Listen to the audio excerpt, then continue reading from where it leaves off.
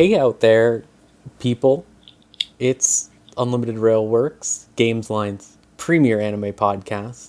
I'm your host, Rose, and I know it has been a minute, but we managed to get everyone back together to do our favorite thing ever, which is to read vague statements about alleged real anime that are coming out this hot new anime season, which we're already in the midst of. Joining me is the whole crew of LV. I miss reading vague statements of possibly fake anime, actually. It's like they tell us they're real, right? But we don't know that. And a lot of the times we will not verify. People allegedly do consume them, yeah. Yeah. And then we see it like next season. I mean, and like season what? 2? It's season 4? Yeah. Like, what do you mean? Who's watching this? Yeah. We got Maverick. You know, I was talking before the recording how I looked back at I looked at the Kids of the Slope opening again to be like, right, anime is beautiful, it's wonderful, it's this thing that I've loved for so long, and it's very funny having that admiration before going into this thing that quite traditionally drops me flat on the back of my head to be like, oh right, this shit sucks sometimes. Yeah, I was gonna say and worst of all, our like rotational thing always seems to end up giving you or John the worst ones, like pretty consistently, to read. So we'll see how that goes today. I'm ready. I'll dunk it. I'm just like OG Ananobi, you know, just. And we got John. Speaking of, hi John. Hello, everybody. Oh my goodness, anime has not really entered my brain in a hot minute. I'm gonna be honest with you. I've been reading some manga here and there, but this is me kind of getting back on the horse, as it were, to get back into this whole mess. Yeah, I think a big thing that I've always been a proponent of is that anime is great, but it's also really hard to keep up with it unless you're a true devotee. Like, for all of us, we all do other things, right? Other than just anime to some degree. So that's why we watch a lot of anime broadly, but we're not like, an anime news network correspondent who is watching every seasonal that has a marketing campaign behind it. But I've always, when I lived with my older roommates, we watched anime all the time, so that helped, like having that structure of like, yeah, every dinner we're gonna watch 2 to 3 episodes of anime. Every, whatever every Saturday is this show, etc. And nowadays it's like I still have that structure from like people I'm assigning anime to, like me and Trixie, who used to be on the show, watch an anime, which always helps me. Like, we went through the MyGo animes, and then we went through Apothecary Diaries, etc. And then I just use my various girlfriends for other ones, which just helps, I think. It's very fun as a social activity to watch something together. And you're in season 3 of that now. Yep.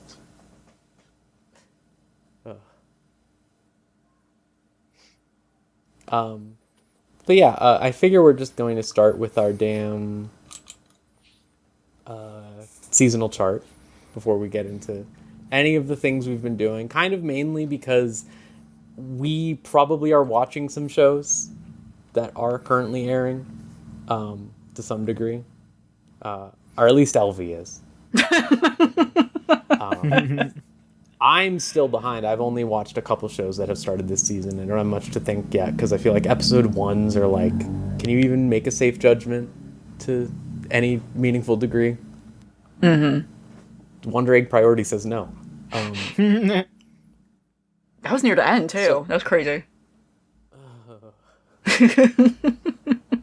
That's like 11 episodes of 12 or 13.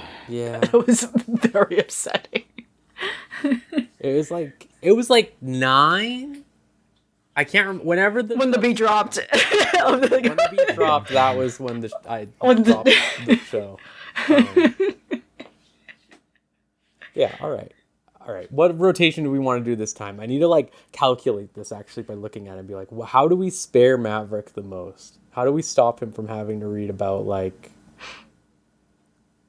freaking hell mode, the hardcore gamer dominates in another world? Okay.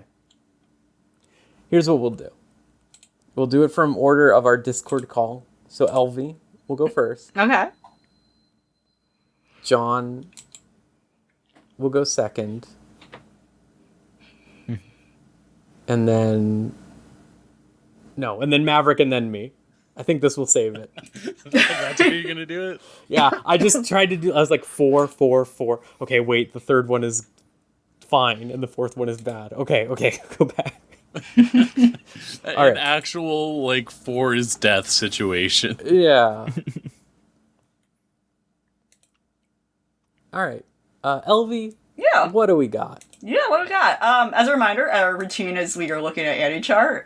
This is the summer 2026 season. And if you're following along, we say in alphabetical order to the loosely English translated titles. You know, as any regular listener would know, we're gonna see some strange machine translated potentially, or just awkwardly translated descriptions and titles.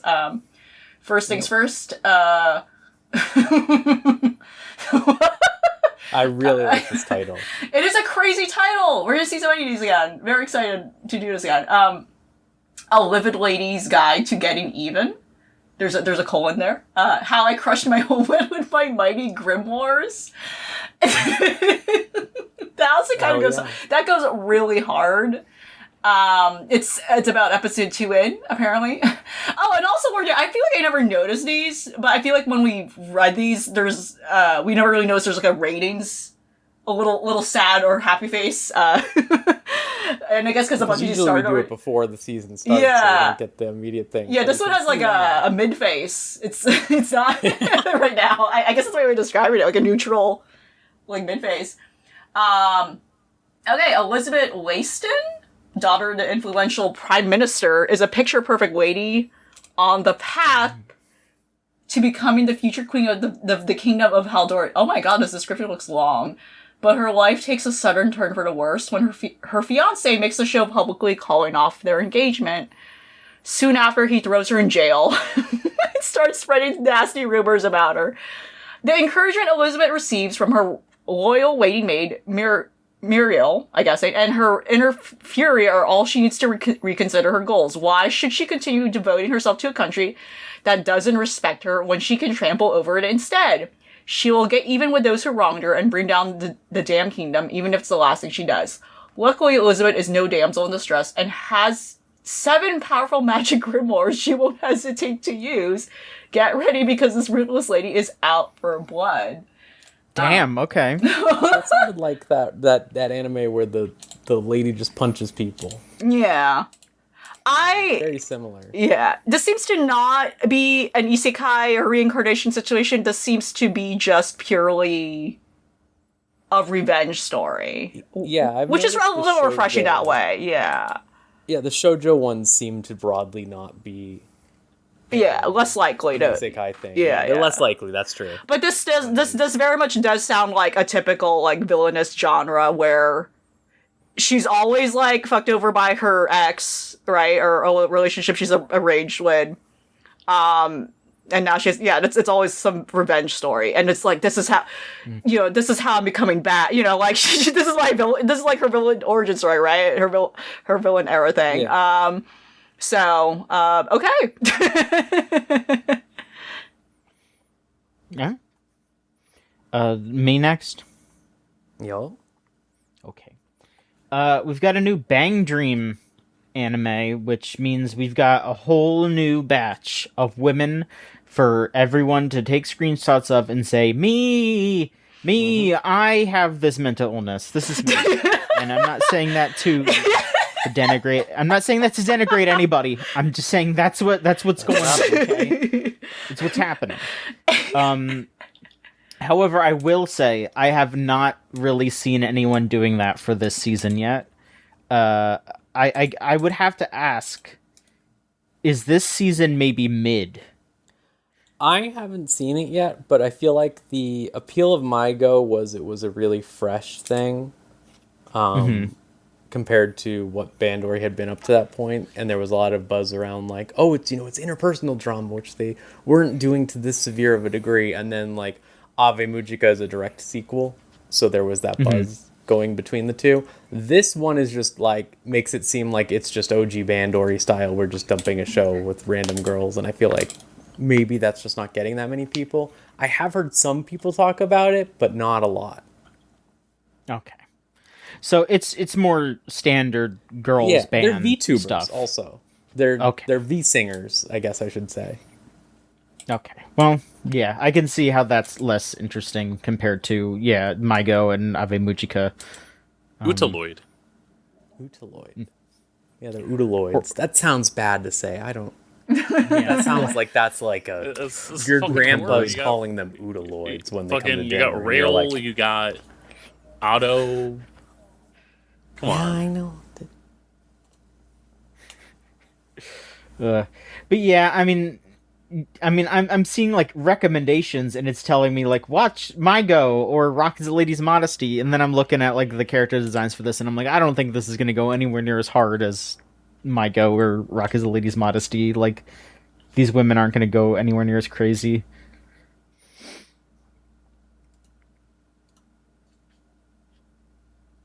All right, Maverick. What else do we have?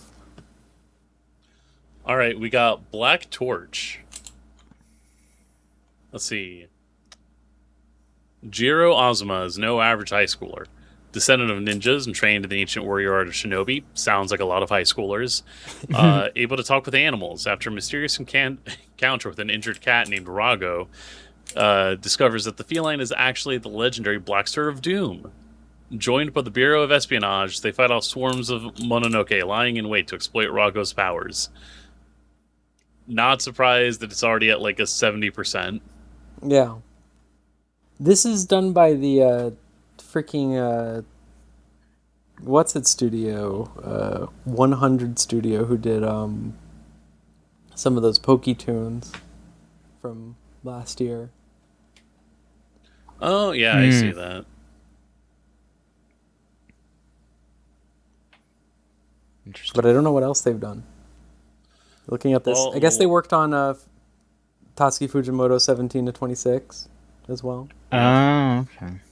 So they got a show here last summer that apparently didn't do that hot. Oh, it's the detective one in like the 50s.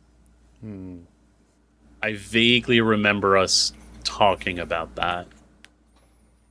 The high school supernatural mystery between the unlikely duo of a teacher and high school girl. Oh yes, I remember that. I think. I guess I'm not surprised. It's really easy to fuck up a detective anime. Yeah. Just like it's easy to fuck up Bleach. Even Tide Kubo did it. Bleach, the 1,000-Year Blood War, the Calamity. This is the last part of the 1,000-Year Blood War. I think this is probably roughly the end of the series? Question mark? It's not the end. It's still. So you say that, but apparently it's coming back. I'm not surprised. I bet there's like one more arc. I don't know a lot about No, it. I mean, no. They're making more of the manga. Oh.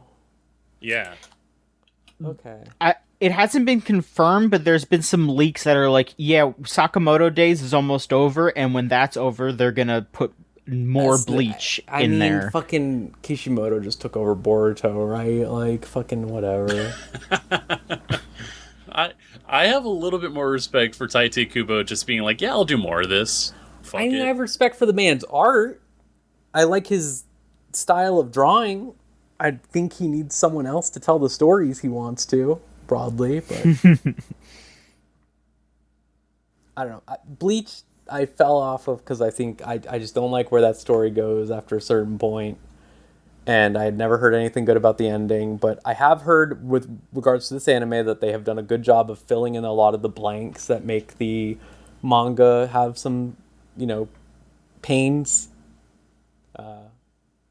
and I've heard that it is the same in pre-interviews about this season, that there's a bunch of stuff that they specifically left out of the manga that's supposed to be like implied stuff if you read like Kubo's author notes and stuff that they're just going to put in outright. So that should be nice for people. That is actually kind of cool. Okay. Yeah. I mean, that's what you should use the medium of an adaptation for, right? Like, I'm not the hugest proponent of Full Metal Alchemist 2003 like a lot of people are, but I do still love the way that it is this slower burn thing compared to the main series, so they can fill in more weird details. Sure. Like a lot of people does so much work. That I read the manga. That's what I'll say. In my like hiatus of not being on the show, I at least read FMA front to back, and I'm like, you know what? That's what I need. I'll get to the rest of it later because people are annoying both sides about it. It's true. Like it really is less like a holy shit, guys, calm down. Because like one of the big things is like people who meme about the dog and people who like Hughes as a character. It's like they love the 2003 one because that fills in a bunch of stuff in what is otherwise like characters that exist for X amount of time and such. And it's like Brotherhood does fail at that, but also like Brotherhood is snappy, doesn't waste a lot of time, it's tough. Look, one of them has openings by Asian Kung Fu Generation, Porno Graffiti, and Tsukima Switch. Or no, sorry. AJK, Porno Graffiti, and Larkin CL. Other one has Tsukima Switch, the one that everyone remembers because it's the first one, and a few others in there. But also, I'm just saying, if anyone's still thinking about FMA and you didn't support the new anime adaptation that came out of the author's other stuff, not very woke of you. Support women! We can talk about that right now, honestly, because that's still going on this season, right? Demons of the Shadow Realm. Yeah. Oh, is it? It is. Yeah, it's still going. It's fresh. Pretty fun. I've been enjoying it. I think, well, we'll get to that in comment section later, but yeah, I've been enjoying it. All right, LV. Yeah. Oh wait, no, me. Yeah. Wait, is no, it you? me Yeah. did it. Me Yeah. did it. LV now. Yes. Oh God. This order he had to protect African John is already okay. So is this protection or is it? Who's to say? It's Listen, I did the math. Okay. This one sounds insane. But very funny. I did a little more reading about this. Chain smoker cat. Yanni's a cat girl with a seriously bad smoking habit. She smokes so much that her apartment smells like ash and is littered with cigarette butts and plenty of other trash. Every time she tries to quit, she becomes weak to the cravings and gives in almost instantly. Will she ever get her life together, or is she doomed to live as a chain-smoking slob forever? From my understanding, yeah, it's a world where there are just cat girls. I don't know, and they all have like different vices. Like one's an alcoholic. They kind of hang out. They're kind of like dealing with all this. So I don't know. Like I don't know what tonally this is trying to be, but it seems to be like a slice of life. Matter of fact, like these people struggling and kind of schlubbing together, and that's that, right? I've seen the opening, which is the characters recreating a bunch of quote unquote famous scenes of smoking, which is some of them are pretty good, but I will say one of them is like a scene from Resident Evil Extinction, which isn't even one of the fun ones. So I don't know what they're doing with that. But then I did read the first chapter because the reason why I did was because I saw an article on ANN that was like, there's going to be 3 versions of this show. There's going to be like a standard broadcast version. There's going to be an adults version. And then there's going to be the least censored version, which they called Evil Dragon Unleashed version. Which I was like, okay, what happens in the show that they're making a version called Evil Dragon Unleashed?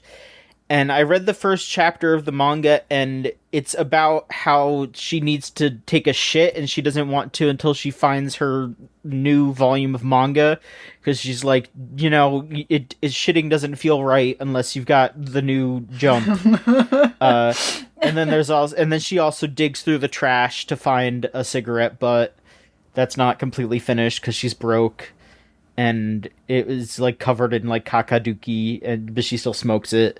And so yeah, it's just gross. It's just a super gross out show. Like it's like I was shown a screenshot of the first episode that shows barely censored doo-doo shooting out of her ass into the toilet. Oh, like great. it's insane. And I don't know if that's the Evil Dragon Unleashed version. Like that might not even be it. Like Evil Dragon Unleashed, they may be like, here is the full detailed dookie out of this cat girl's butt. I don't know. Extra sound to it. Yeah, I don't know, because I just saw a screenshot. I don't want to see all of it. I'm not inclined to that, but it's insane. It's basically insane.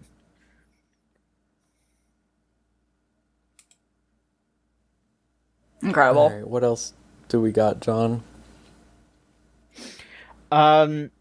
We've got season 2 of Cleavitas, which Clever. the Cleavitas, excuse me. I mean, when did this come out? Because because we've been gone for so long. It's like I don't even know. We weren't even here like last time. Yeah. Yeah. So season 1 here. It is about the Lord of the Dark Beasts, the Cleavitas, who's smart but destructive, and I think I remember us talking about this. I watched. Yeah. So I watched this. So yeah, basically this like. Imagine there's 4 demon lords, whatever. They're fighting. Mm-hmm. They fight humans off or whatever. So humans all live in one section of the world, and like demons live in the other.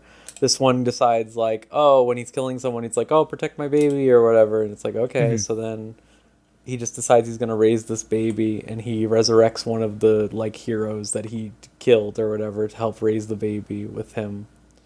And it's very Berserkian. But I had a big problem with the way that it was like. The thing in Berserk is I think that there is definitely your amount of Fist of the North Star bandits everywhere. But there is like layers underneath that, and here it just felt so contrived and forced and like lame. Like there was this thing of they're like, oh, we're gonna talk like seriously about assault and like stuff like that, and then it's like, and who's going to talk about it? That's right, a guy with 2 axes for hands who jumps around and goes, "Ee, I love killing." It's like a South Park bit. Like, yeah, it's not great. Yeah. So yeah, I haven't watched more of that. I'm curious to check it out because people I trust have said that like, no, it gets very serious and well done later. But I was just like so put off, especially by the dub, which I was watching. Because there is a character who is very like an abused character, so she's kind of like beaten up and stuff, and she talks with like a lisp, and it was just not a great dub performance for that character, I would say, compared to the Japanese one. So it was very off-putting. All right, well, I guess to kind of make up for not knowing too much about that, I will talk about this next one here, because I've actually read a good amount of the manga of this. Oh, yeah. The Darasan of Reiwa. I watched one episode and I liked it quite a bit. Yes. So it is about these 2 siblings who are like the kids of a family that has like spiritual ties, like literal spiritual ties to like the yokai and the legends of the forest around their town. And there's like a snake deity that is sealed away up in the mountain. However, she's like half snake deity, half like priestess that was like cursed to live up there forever to like control the snake deity or whatever. but basically the two siblings are little shitheads, and they have cute little adventures with Dara-san. I will say, so there's like quote unquote gender stuff with the siblings, because like the girl one looks very boyish and the boy one looks like a girl, and I mean it's not like anything bad in like that way, but they kind of like there's some stuff with the with the boy a little bit at first, but then they stop doing it. And so it's one of those things where I have to be like, okay, they're gonna make some sexualization jokes about this kid for like a few chapters, and then they stop, and then it's just good after that. I'm sorry, everybody. But I don't know. After that, I enjoyed it, and there also each chapter of the manga is like split in half, where it's like the Reiwa era, like here's like how this curse came to be and the priestess's life before all this, and then it just shifts forward in time, and it's like, well, the twins are making Dara go play video games with them, or she's got to put on a disguise so she can go have a sleepover with them because, you know, she's a big ass snake woman, and now they have her turn into like a kid so she can hang out with them, and she's just like, oh, this is nice, I'm having fun with these kids, and it's weird for like a little bit, and then it just gets good. I'm sorry, I know that shit sucks, and I don't want to be like make excuses for it, but it's good after a little bit. I'm sorry, it's the truth.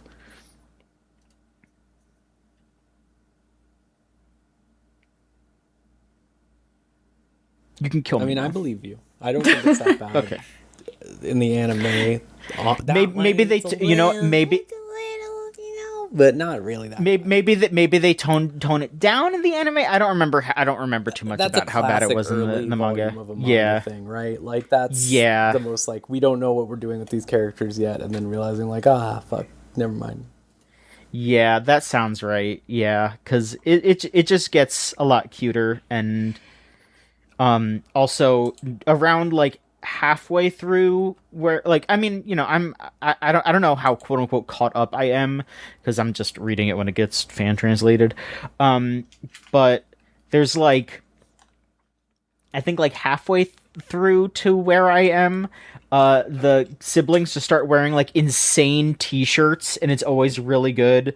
Like, let me just pull up like the most recent chapter and just see what insane t-shirt they have when they have on. The fuck? Okay, here. Yeah, like the boy just has a shirt that says "Hip, oh hip, Terra hip" on it. Like, whatever the hell that means. It's a banger shirt though. I would wear that, even though I don't know what it means. That's the kind of stuff that's going on. It feels more like that they're just like, yeah, here's more fashion stuff. Mm-hmm. Here's more goofy stuff. I respect that a lot more. All right, Maverick, what do we have here? Draw This, Then Die. Set in Izuoshima, 120 kilometers south of Tokyo. We got Ai Yasumi, high school girl who loves to read manga, learns about the joy and pain of drawing her own manga. Fun little slice of life piece. Mm-hmm. Yeah. The manga art is cute for this one. I was looking at it. I really like how colorful the character designs are. Mm-hmm. Yeah, I'll take a Shirobako equivalent. Alright, Flaming Dodgeball Girl Denko. The sequel to the legendary dodgeball manga, Hono no Tokyoji, Dodge Danpei. In this modern version of the hot-blooded dodgeball story, Danpei's daughter Danko follows in his footsteps, struggling to build a dodgeball team with the strongest fighting spirit in the modern age of 2025. Can Danko overcome the apathetic attitude of today's world? No. So I'll counter this by saying I know 3 people in my life who are on dodgeball teams as adults Okay. and have fun with it. So I don't Sure. think the world's that apathetic. I just like, was there ever a golden age of dodgeball for a recreation seriousness? I feel like it's always just very much a camp game. Yeah, this feels like one of those things where they're making a big deal out of something that was never a big deal. Where it's just like, yeah, I mean, I'm sure that people like dodgeball, but They call it Dodgeball City, and everyone there loves dodgeball. I'll belong. yeah, it's just finally. like, I don't know. I feel like it's been like a consistent, like steady enjoyment, Yeah.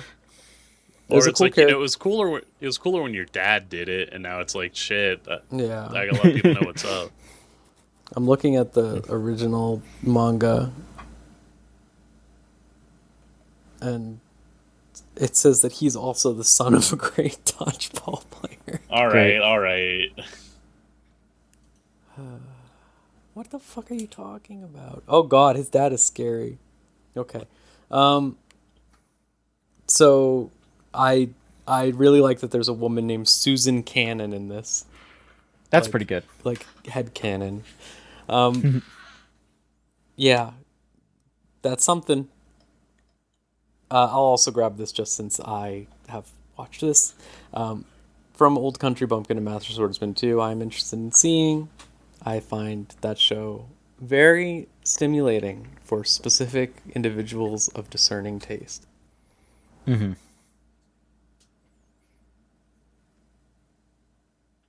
Elvie, Yeah. this one Yeah. looks great. Yeah, Goodbye Laura. This is essentially an interpretation of the Little Mermaid story. Once upon a time, a mermaid princess named Laura fell in love with a human prince to be with him. She's a witch's potion to become human, but the magic came at a cost. If she failed to find true love, she would vanish to the sea foam forever. Now, 200 years later, Laura awakens in Lake Biwa with one final chance at life and love. Yeah, I really like the art style. Seemingly probably being an intentionally kind of old school Yeah, art like style. 90s. Yeah. So this could be cute. We'll see. Next is I don't know what this is. Season 3 of Grand Blue Dreaming. I Episode think 2. we looked this up at one point. Yeah. This is like mediocre. Okay, mediocre. I can't judge it. This Right. is like off-brand romantic high school snafu. Yeah. It's type 3 show. seasons in. It's got a smiley face. I don't know what it is. I looked into it a little bit more. It seems like it's just like a slapsticky kind of Sure. guys and girls kind of like it's got like Golden Boy and Prison School Okay. recommended with it. Like it's that kind of thing, I guess. Wow, that's what a combo. The best of us and the worst of us. Yeah. That's rough. All right, John. Yeah. Here, this is Grow Up Show, which is an insane name. By Sidekick Studio, like Sidekick, but like Sidekick. And this is about a circus? It's not even amazing or digital. What are you doing? It's set in the should be 50s and an ONA. 60s? Yeah. Who gives a shit? It's not even digital. Yeah, it's just about different circus troupes travel through Japan. One troupe is called the Sunflower Circus, led by its ringmaster Maria. And they meet a circus prodigy named Mizuka Tsurumaki. Whatever that... A circus prodigy? Does that just mean you're good at all I things guess you're at like the a- circus? Like you're like a trapeze artist, I guess, probably. Right? Yeah, you'd like have to be. Rasputin. Yeah. I don't know. Circus prodigy makes me think that you're like good at everything, though. You'd be like, oh man, I can do the trapeze and stuff, but also I can bet you tame can't the lead that lion. through the ring. I'm a clown too. I don't know. That's right. I'm really good at nailing down the bottles in a way they. Swallowing the sword. Yeah. Shooting I'm fire. a sucker for an A1 original show, so like Sure. stupid circus show. I'm kind of sold already. Hijinks. Okay, I did scrabble through it, and it seems like it's just trapeze. Like, it's just them doing trapeze. Yeah, that so. makes sense to me. That's like Which, very. I mean, that's like, fine. Probably fun to animate type stuff. Yeah. What stands out to me, it says set in the late 50s and 60s, and I'm just seeing the art style, and like that that tells me nothing. Like, I need to understand why that's important. Because this could be set modern day, and it's not an issue. Trucks. Yeah. Oh, It's not even like peak bubble era. I don't know why they say the height of the boom. I'm like, that's very that's like confusing. 1985. Like, Yeah, what? It's But, just like, jarring maybe for there it to was a say different- that, and the art style is this, and the girls don't seem to convey that time period. I don't know. It's very strange. Mm-hmm. Cute girls doing circus things is what they're saying. We're so back. We're so back. all right, Maverick. What if it was nothing but palm knees? Get out of here. You can't make a circus with just clowns. Get real. You need one to be the transgender character. Exactly. Another We to need be. someone on the keys. We need someone that knows all the words to "Isn't She Lovely?" Exactly.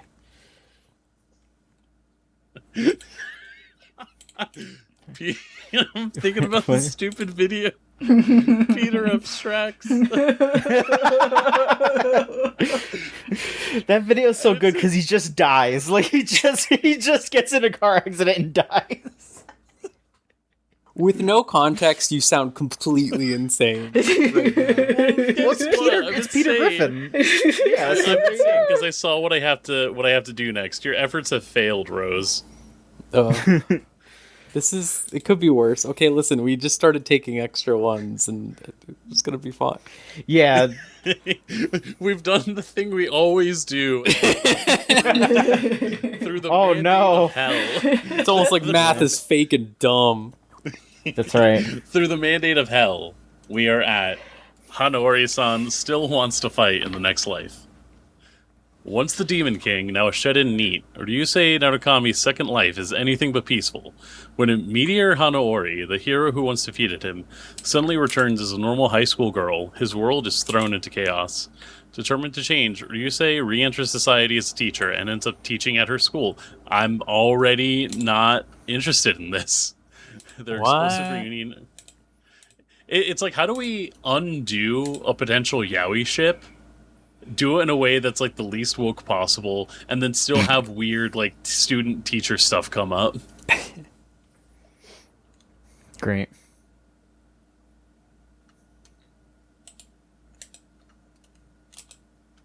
Isn't it fun to watch anime? We got hell mode. The hardcore gamer dominates in another world with garbage balancing season 2. Folks, I think that's pretty that's called straightforward. it's called Marathon. Am I right, everybody? It's great balancing. It's awesome. I know it does. I know win it does. every time, so that means it's good. All right, yeah. All right. I'm just talking shit. I like Marathon too. You're fine. And then we got I Want to Love You Till Your Dying Day at the mysterious orphanage where Sheena lives. Okay, you shouldn't live at a mysterious orphanage, okay? Death is nothing new to the residents. Girls who no longer have families of their own, who are raised as weapons of war, taught to What's kill going on? and take the lives of others without batting an eye. Everyone that is except Sheena, who wishes for nothing more than the growing conflict around her to end. On the night of her roommate's death, Sheena meets a strange girl covered in blood who smiles despite the turmoil surrounding them. The next day, the girl appears as a new student in Sheena's class and introduces herself as Mimi. Initially thought to be a school myth, there are now whispers in the orphanage's hall that Mimi is their secret weapon, an immortal girl who cannot die. When Mimi is assigned to Sheena's new roommate, Sheena's world grows even more complicated when she begins living with someone who loves and welcomes death. When all Sheena wants to do is stop it. Man, I'd be so pissed if I hated death and everyone around me loved it, But I was like, well, at least I can stay in my room and not have to deal with it. And then they moved the motherfucker in who loves death right in my room, and I just gotta hear it 24/7. And she's fucking pink? Apparently she possesses unimaginable power and has no reservations about killing enemies. This is her description. Oh my god. See, I'm annoyed. I hate that because I was shit. like thumbing through the preview, and there's like magic in this. I wanted it to be guns. If it was just guns and this one girl is immortal, that would be fucking awesome, dude. If it was, all right, girls, time to learn how to like disassemble your rifle. No, they're taught like Firaga. They're taught a vague purple spell that'll kill people. Werflugen? These MFs cast in Demon Fang, like... Oy. Alright. LV. Yeah, Iron Walk Jan. Jan Akiyama, a cocky, arrogant teenager, wants to fulfill his grandfather's wish of defeating his arch nemesis, Matsuju Gobancho. When he arrives at the Gobancho restaurant, he meets his granddaughter, Kiriko Gobancho. Their rivalry is easily compared to Jan and their grandparents, for Jan Blue's cooking is about... Wait, hold up. Oh. Cooking's about competition, and Kiriko Blue's cooking is about heart. Okay. Unhinged cooking show. There you go. Is that the main character in the center image? That does not look like a teenager. I was like, what? This browse. Cooking is stressful. Yeah, you're right. You through a lot. The heat of the kitchen. The heat of... Yeah, being exposed to a walk all the time. Yeah. This guy looks like Dark Kaiji. Yeah, he's got the fangs. Holy shit. And the eyeliner. He's pissed. He's out for blood. It's wild. My next one is Jadugar, a witch in Mongolia, which this is the other Science Saru show this season. Yeah. Which I again, I haven't watched anything this season, but just from seeing folks talk about things on the timeline, this is getting a little eclipsed by the Ghost in the Shell Science Saru show, which is a bummer because, hey, Science Saru is fucking great. And this show, just from the screenshots in the trailer that I saw here, looks absolutely incredible. It is about a Mongolian witch who has lost her mother, and she is, trying to survive while Genghis Khan's Mongol Empire is just going around conquering everything and nearing her new home. So the fourth prince of the empire takes her captive and a flame of revenge is ignited. So shit's going down. Yeah, this is based on a manga from 2021. That's also very gorgeous looking from what I'm seeing. It's getting compared to Apothecary Diaries from what I'm seeing. That makes sense. Yeah.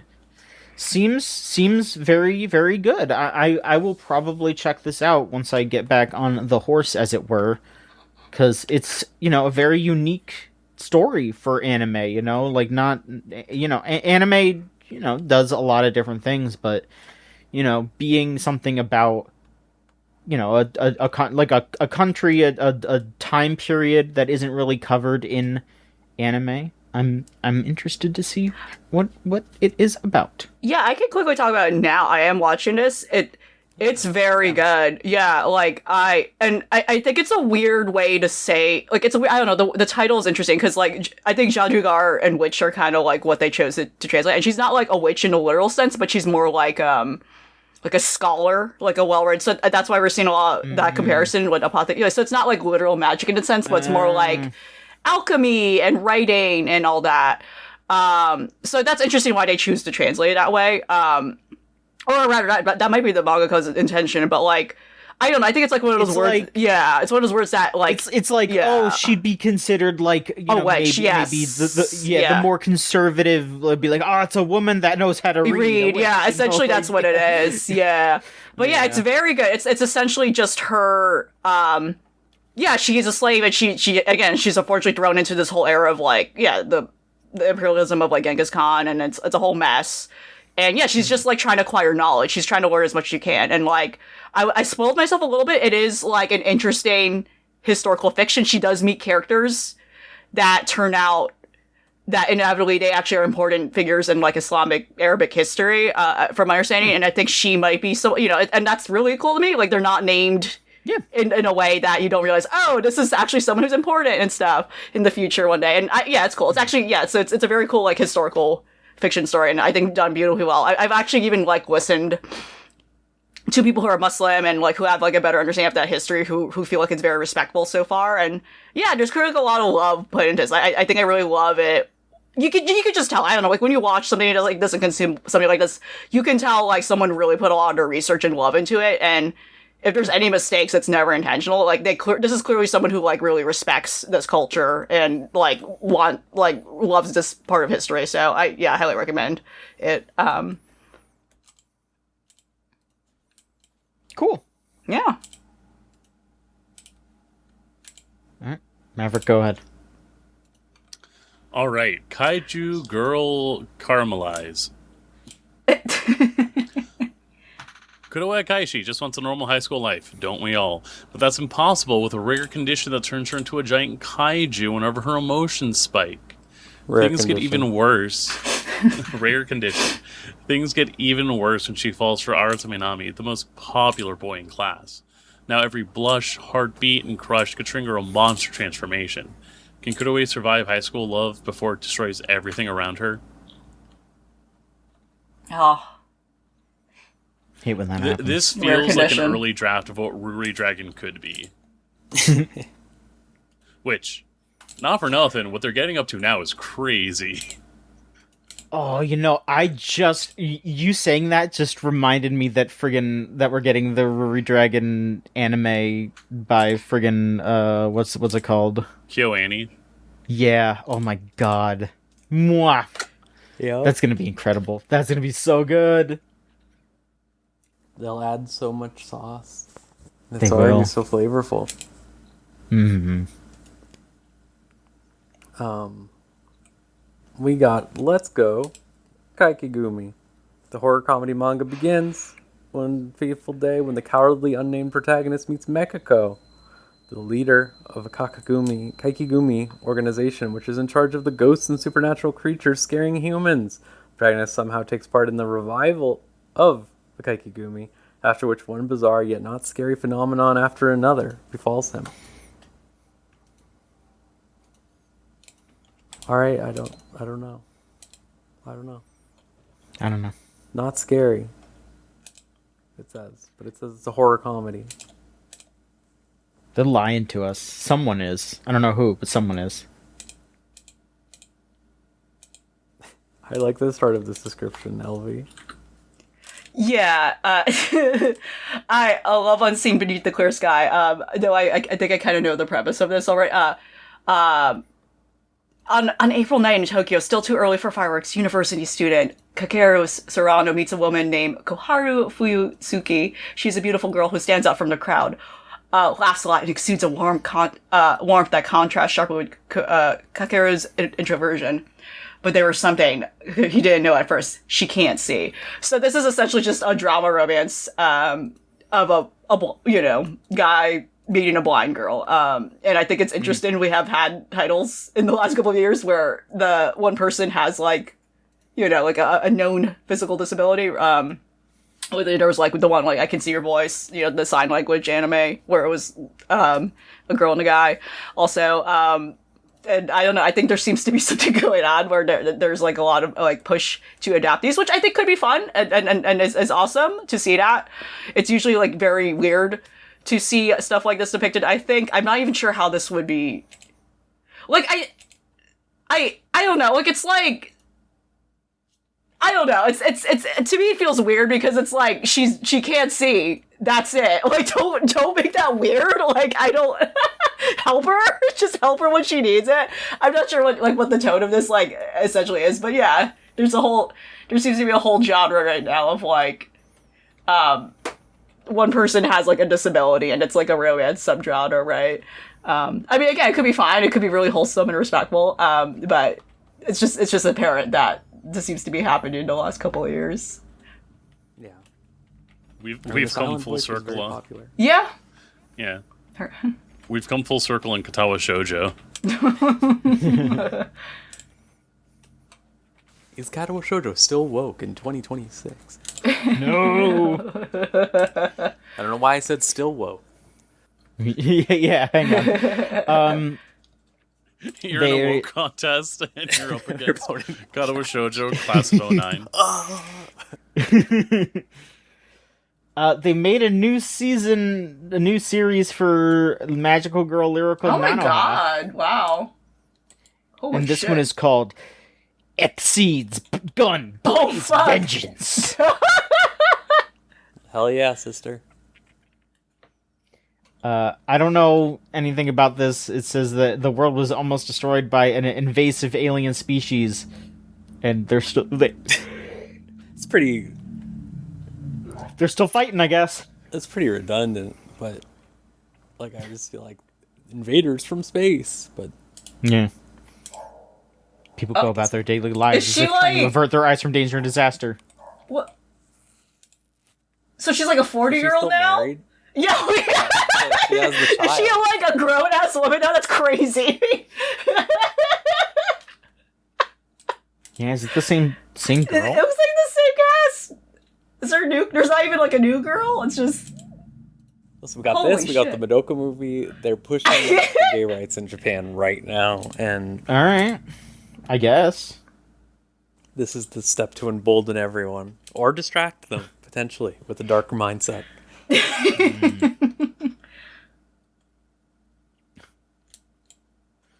Yeah, I mean, really- it seems like it's very well animated, but a bunch of people are just saying like it's just fight scenes. Yeah, not surprising. Maverick. All right. We got season 2 of Magilumiere Magical Girls Inc.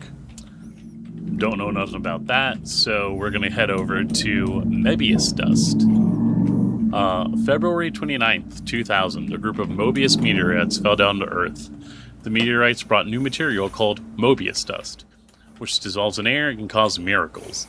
The day the Mobius meteorites fell was dubbed 2.29, and the economic disparity in Japan increased dramatically after that day. A group of people led with the wealth inequity, or fed up with the wealth inequality, fought back with acts of terrorism. The police established a special group to fight against... Oh. Wow. The Mebius dust. Wow. You're the Pinkertons. Yeah. What? The Mebians. Fight against terrorists, and you have a school where you get to train. Oh, man. Situation's that bad they need to train high schoolers. We're really scared about these poor people, guys. It would be funny if it was the opposite. Like it's like the rich people just started attacking. That would be cool. That would be awesome. It's like Xeon.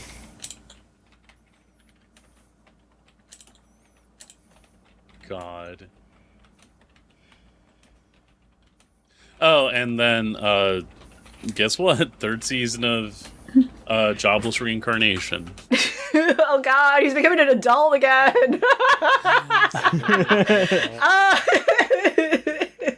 Is this the one where he starts banging wives? Or... Yeah, he's like old enough to do that now. He's allowed to. Oh, good. Like, is he having families and secret families yet? I'm gonna see all the Soon. posts on r/anime. They're like the hidden underdog of the season. This goat never stops going. Oh, he does have a kid in this. Jesus. Oh, already? Oh. Yeah. Well, it's the third season. Yeah, you're right. Loves people. But yeah, no. I just know at the end he dies with, like, all of his fucking people being like, he was so awesome and we loved him. Cool. We got My Stepmother and Stepsisters Aren't Wicked. I did watch the trailer for this, so I can say a little about him. Mia is the illegitimate child of a prominent family. When her mother dies and her father's estate agrees to take her in, she's convinced she knows what awaits her in her new home, a life of servitude and misery at the hands of her wicked stepmother and stepsisters. Yet when she finally meets the women she expects to treat her like dirt, they actually end up being sweet, a hilarious and heartfelt comedy that's sure to put a smile on your face. So yeah, like, the whole conceit of the thing was like them all being like really rude to her when she enters, and then they're like, now let's get you souped up, girlfriend. Like, it just seems very much like maybe they're like rude, but they like all like love her. Okay. And then the stepmom just looks like some sort of weird evil villain, like Hisoka like character, and then she's just like nice. It's just Cinderella, but they're nice, I guess. But they're nice. Okay. Really Okay. subverting that. Sure. Elvie. Yeah. We were spoiled this all. Oh boy, was I wrong about her. I hate the description of the show. Hey. 7 years after making a childhood promise to always be friends, Hayato is reunited with his formerly tomboyish pal Haruki at a city high school. At a city high school. Only now, Haruki is transformed into the girl every guy dreams about. Sure. She started wearing a skirt. Haruki's looks may have changed and started wearing her hair down. But she's still the same pal he remembers, despite years apart. Whatever. Yeah. Tomboy turns out to be pretty. That's like the most basic ass premise. There's not even a twist. Like, Yeah, that's She's like just, crazy. oh. Wow. Well, it's gonna be like she still acts like a tomboy, right? And like that's crazy. Oh. Girls with It's long just hair nice can't do character that. writing. Maybe they just have good time and like. Yeah, maybe. You know what? With a title like this, I bet. oh boy, was I wrong about her. See, I don't hate the idea of what if there was a show where like the two leads were just like riffing on each other. I When Harry Met Sally anime. We have say that. Aharen. It's a beautiful show. We do, but it's less antagonistic. It's more based on You want misconception. darkness? Not full darkness, but it's like, Billy Crystal has to learn, like, oh, I was a dipshit when I was in my 20s, and now I'm, like, nearly 30 and recognize what I want in life. And meanwhile, this guy's like, What the heck? I don't even know. What the heck? A tomboy with We hair? need Bruno Kirby. We There- need Bruno Kirby in anime as well. There is a lack of like, at least ones I can think of immediately off the top of my head. Like, there is a lack of romance anime that inherently are like, this is clearly a very strong platonic friendship in the beginning. Like a lot of them always start. A lot of them are like. A lot of them always have at least one side, and very clearly, like, one of them already is kind of like smitten by the other person. There's very much like. A lack of those dynamics, I think, even within side characters, because there's always like that one character who's like intentionally like mean to another character, like the tsundere or whatever, like that. They're clearly like hiding a crush, but there's never been like a full on, I think, straight up, this is a friendship. They're not even thinking about that right now. They're not even going to think about that for like a long while. And yeah, we don't really see that depicted, which I think is honestly my takeaway of Harry Met Sally. You know what I mean? Like, they started off as just strong friends who riffed off of each other and fed into each other's flaws, but also gave advice about that. And only until then they realized, wait, we've been at this for so long. We are perfect for each other. You know what I mean? Like, I don't think I've seen that in anime romance, essentially. So,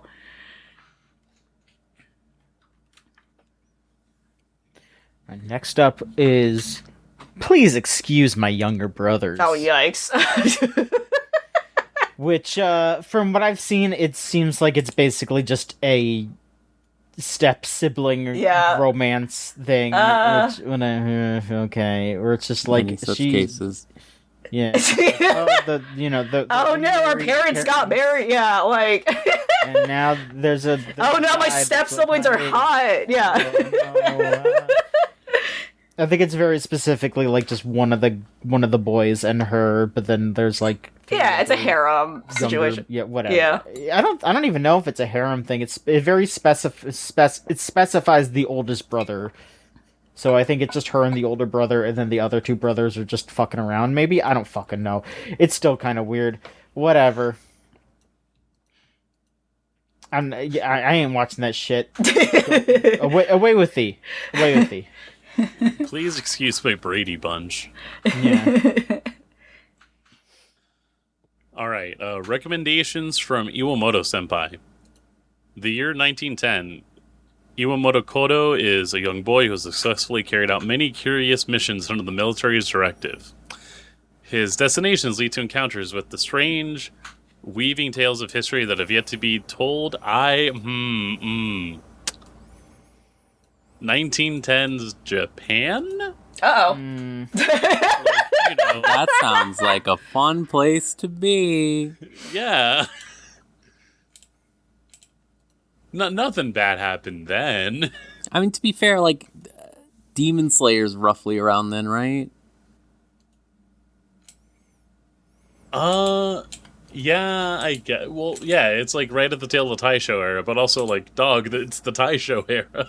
Yeah. Why do you think most things about the Taisho era are like involving robots or aliens or demons, and not like the active conquest that like the fucking nation state was doing? Yeah, like I was gonna say, from, like Golden Kamui. Like I scrabbled through this, and it's like, yeah, like if it was something more like Raido, Raido Kuzunoha, where it's like that's like around that era, but it's also very much like about the average person, and it's about like it's not, I don't know if I'd say it's full on anti-military, but you're fighting military dudes in that game near the end of it, so like it's not signing off on anything, I would say, but I don't know about this. I mean, he's just, it's not, they're not even like showing him who he's fighting in this. I don't know. It's very weird. Just curious missions. Okay. Thanks for telling me nothing. My Good night. curious missions. Why are they curious? Well, that's for you to find out. We can't talk about them in most of the countries in Asia, so.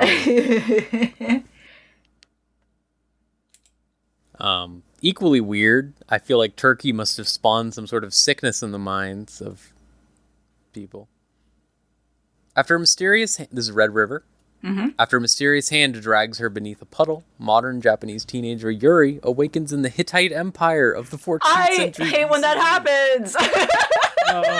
Thrust into a deadly struggle for the throne, she joins Prince Gale to battle assassins, outwits royal conspiracies, and survive a world at war as her exploits earn her renown as the goddess Ishtar. Yuri must choose between her old life and an uncertain future. I'm somewhat familiar with this. This is based on a really old, like, 90s... This very much is a manga that came out. I like the original art for the manga. Yeah, but when I saw the art style of the key art, I was like, I clocked this. Like, this has to be something old. Like, this looks like a lot around that time. Yeah, there's like a lot of things like Fushigi Yugi, the isekai like girl centered like stories and all that. Like, there was just so much of that, like, around that time, trying to capitalize on that, and this is part of that. It's just very funny that I don't know why this is being adapted right now. I mean, that's cool. I think, I feel like with our reads, there's always that one random, like, this is an old thing from the 80s, like, and I think, it's always so random, right? It's like, why now, right? I always feel like there's, like, a motive, right? But... This is an insane premise. It's so funny. It's definitely super problematic. I think I'm gonna eat this up now. it's like, this sounds so insane. Oh my god. Give this woman a sword. She doesn't know what she's doing. Crazy.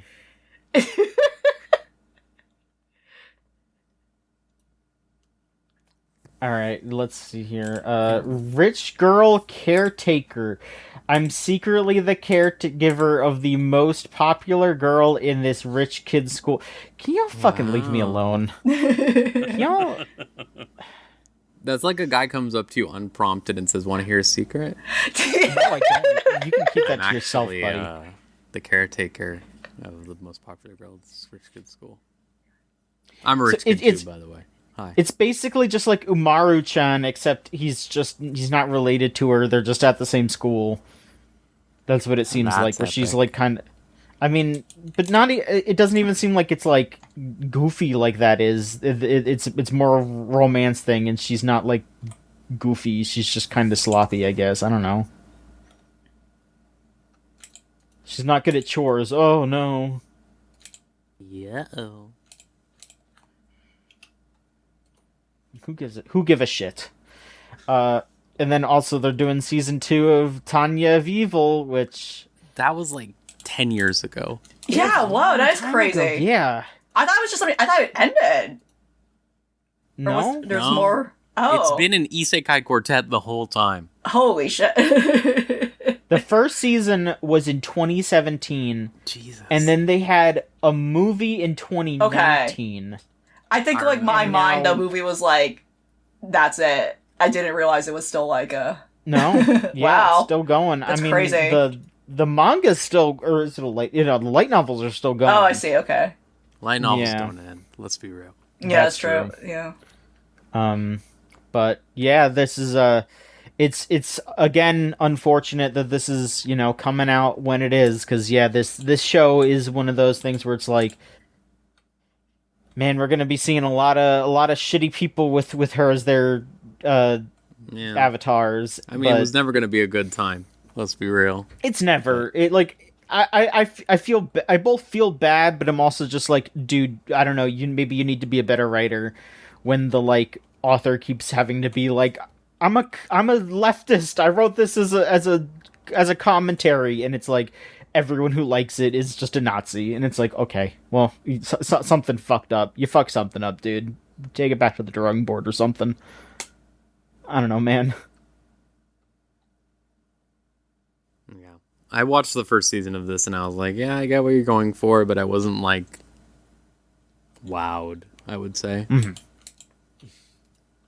Not a great time for wearing very visible fascist iconography and trying to be like, but wait, I'm good about this actually. I mean, it's even harder with that one because it's like almost like an Always Sunny type situation, for lack of a better analog of like, Yeah.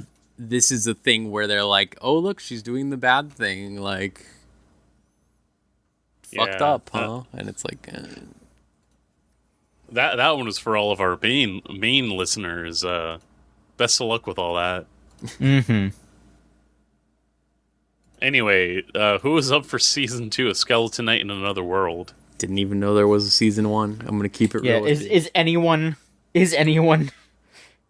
Again, they're still releasing chapters of it. So I feel like this was another case of people were excited for it, and then the first episode just had like very out of nowhere sexual assault. yeah.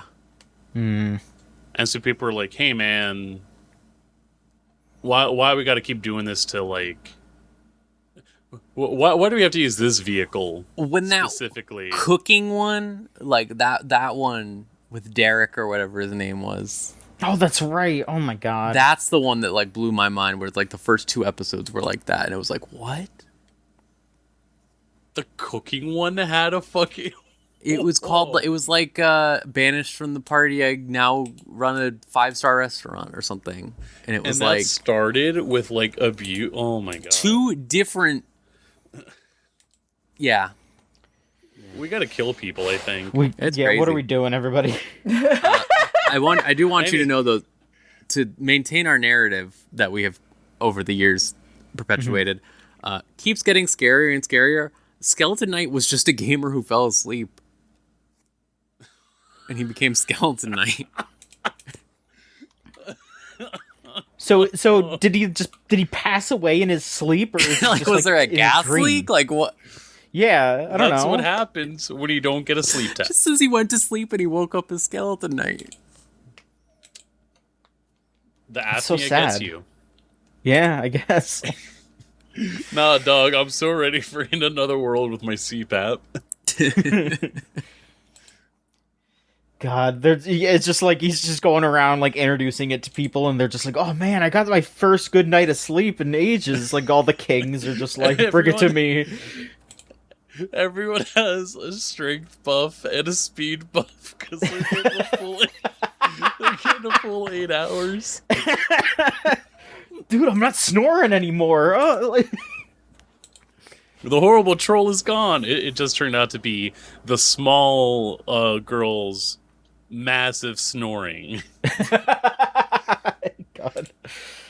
Katakawa, that one is not free. It's That free. is at Oh. least- In another world with my deviated septum. These are at least $500,000 ideas. It's worth it though, I would say. You have to be one of those Right. people who goes to the shareholder meeting and goes, "Hey, what are you doing? You need to be doing this idea." And a yell in my loud American nature to be like, "That's right, it's me." All right, to actually talk about something that seems interesting, smoking behind the supermarket good with shit. you. It's so funny that I didn't. It's so funny this is around the same time with chain smoking, hat, whatever. Polar opposites in energy. From what I saw at the beach last week, smoking is very much back in fashion. Mm-hmm. People love a cigarette. Well, it's cheaper than vaping. Maybe so. Let's see here. At age 45, office worker Sasaki has had enough of the corporate grind. His only solace is smoking and the friendly smile of supermarket cashier Yamada. When Sasaki can't find Yamada after a particularly trying day, a striking woman invites him to smoke with her. The despondent man thinks he's made a new smoking buddy, but Sasaki doesn't realize he already knows her. And, alright, it was one of those earlier release ones, but just started broadcasting now. What is it?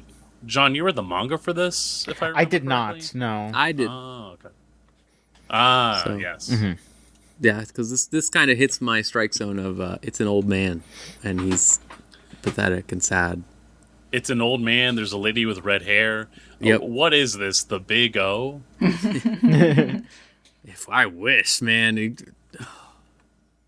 Cast off in the name of God, ye who not guilty, and just takes out a fucking fat door. Giant fucking Chuffing split. like crazy.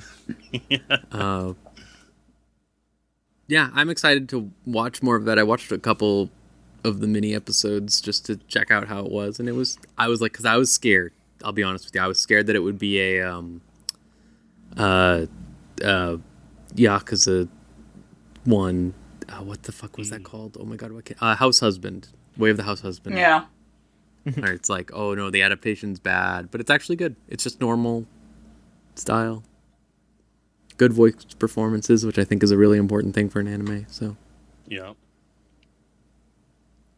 all right, we got Sparks of Tomorrow, which is the Kyoani show, which I've heard no one talking about, which is crazy.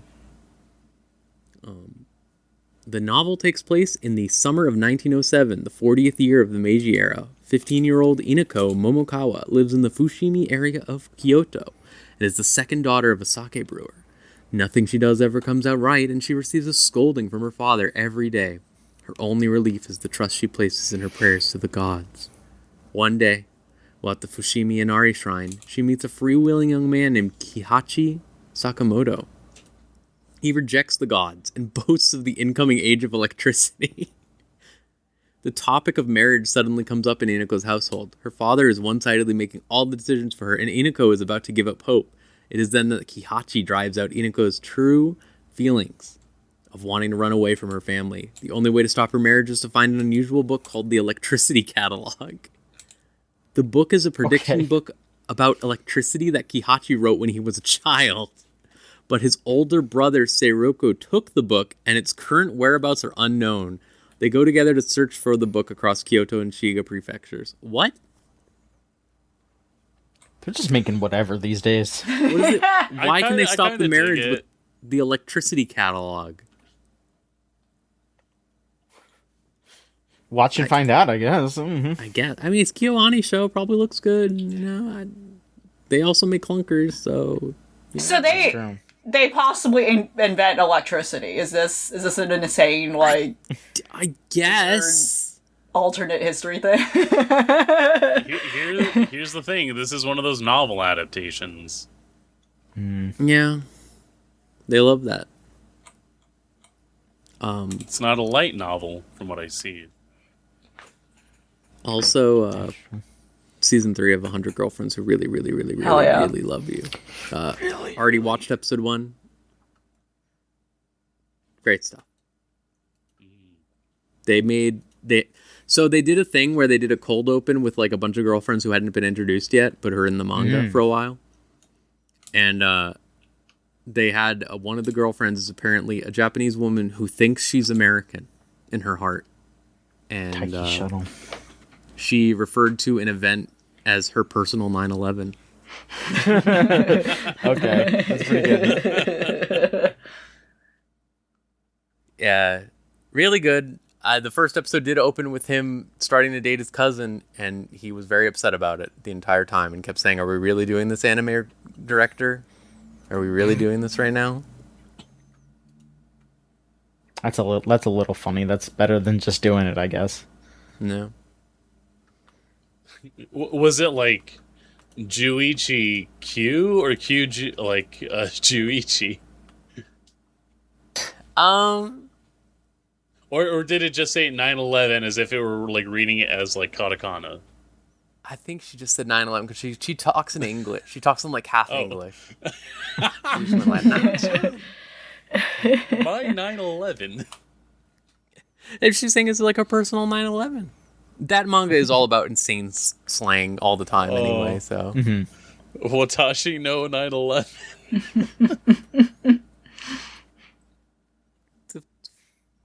I cannot recommend 100 Girlfriends enough. I have to say every freaking time. Like, it is so fucking funny. It is literally fucking funny. I gotta catch up.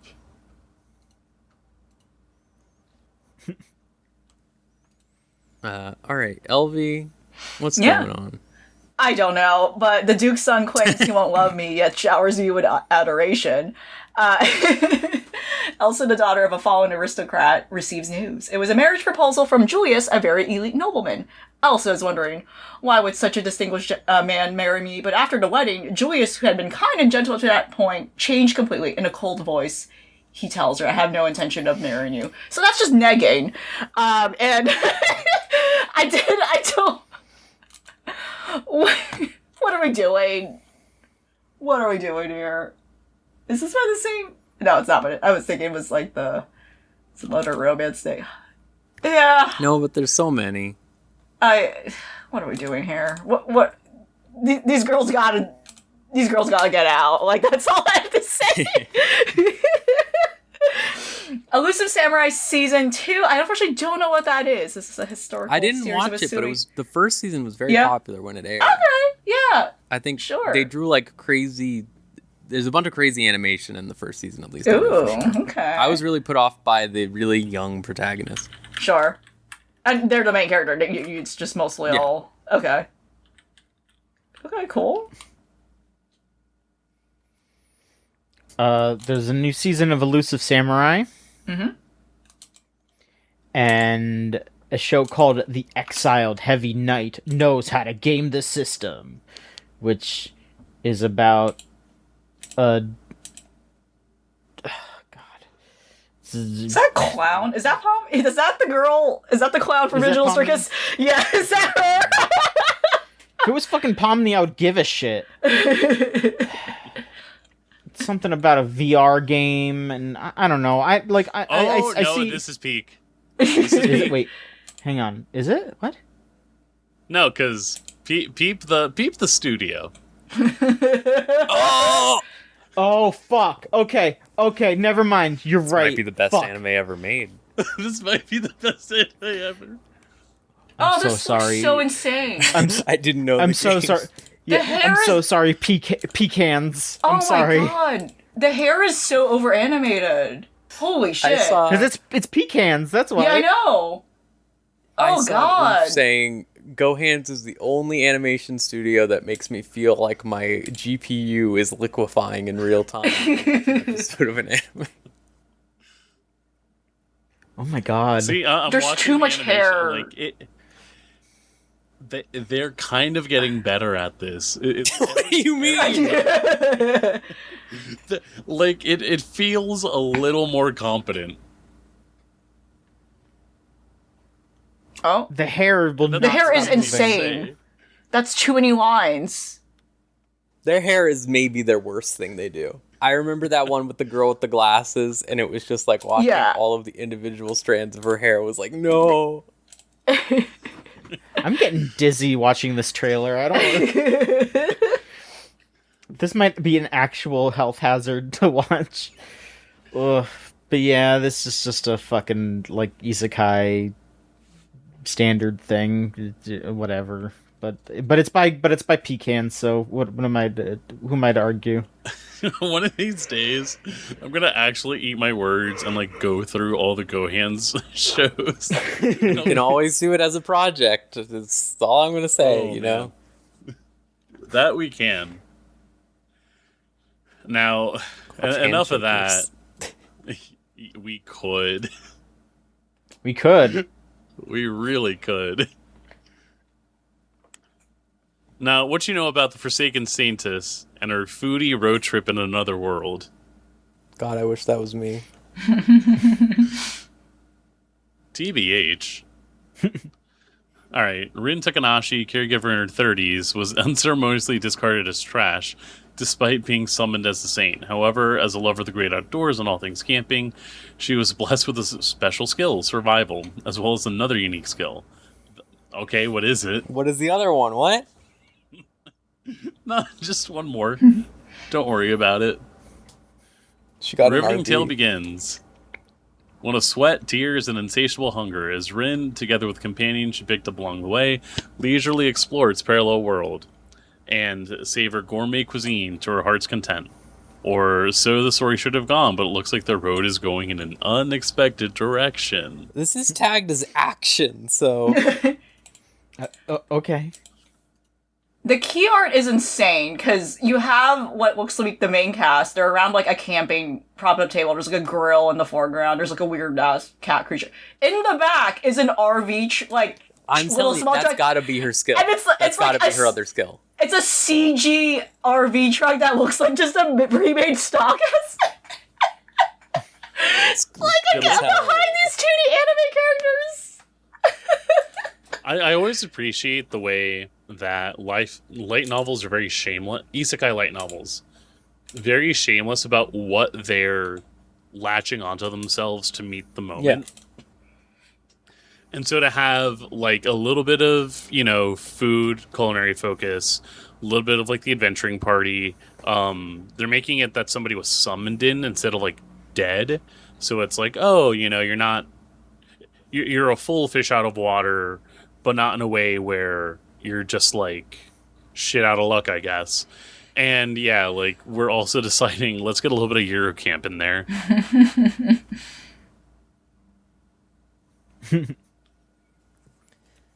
Alright. Got the new Ghost in the Shell, Science Saru, actually following the manga, which is something that has never happened before in the animated format.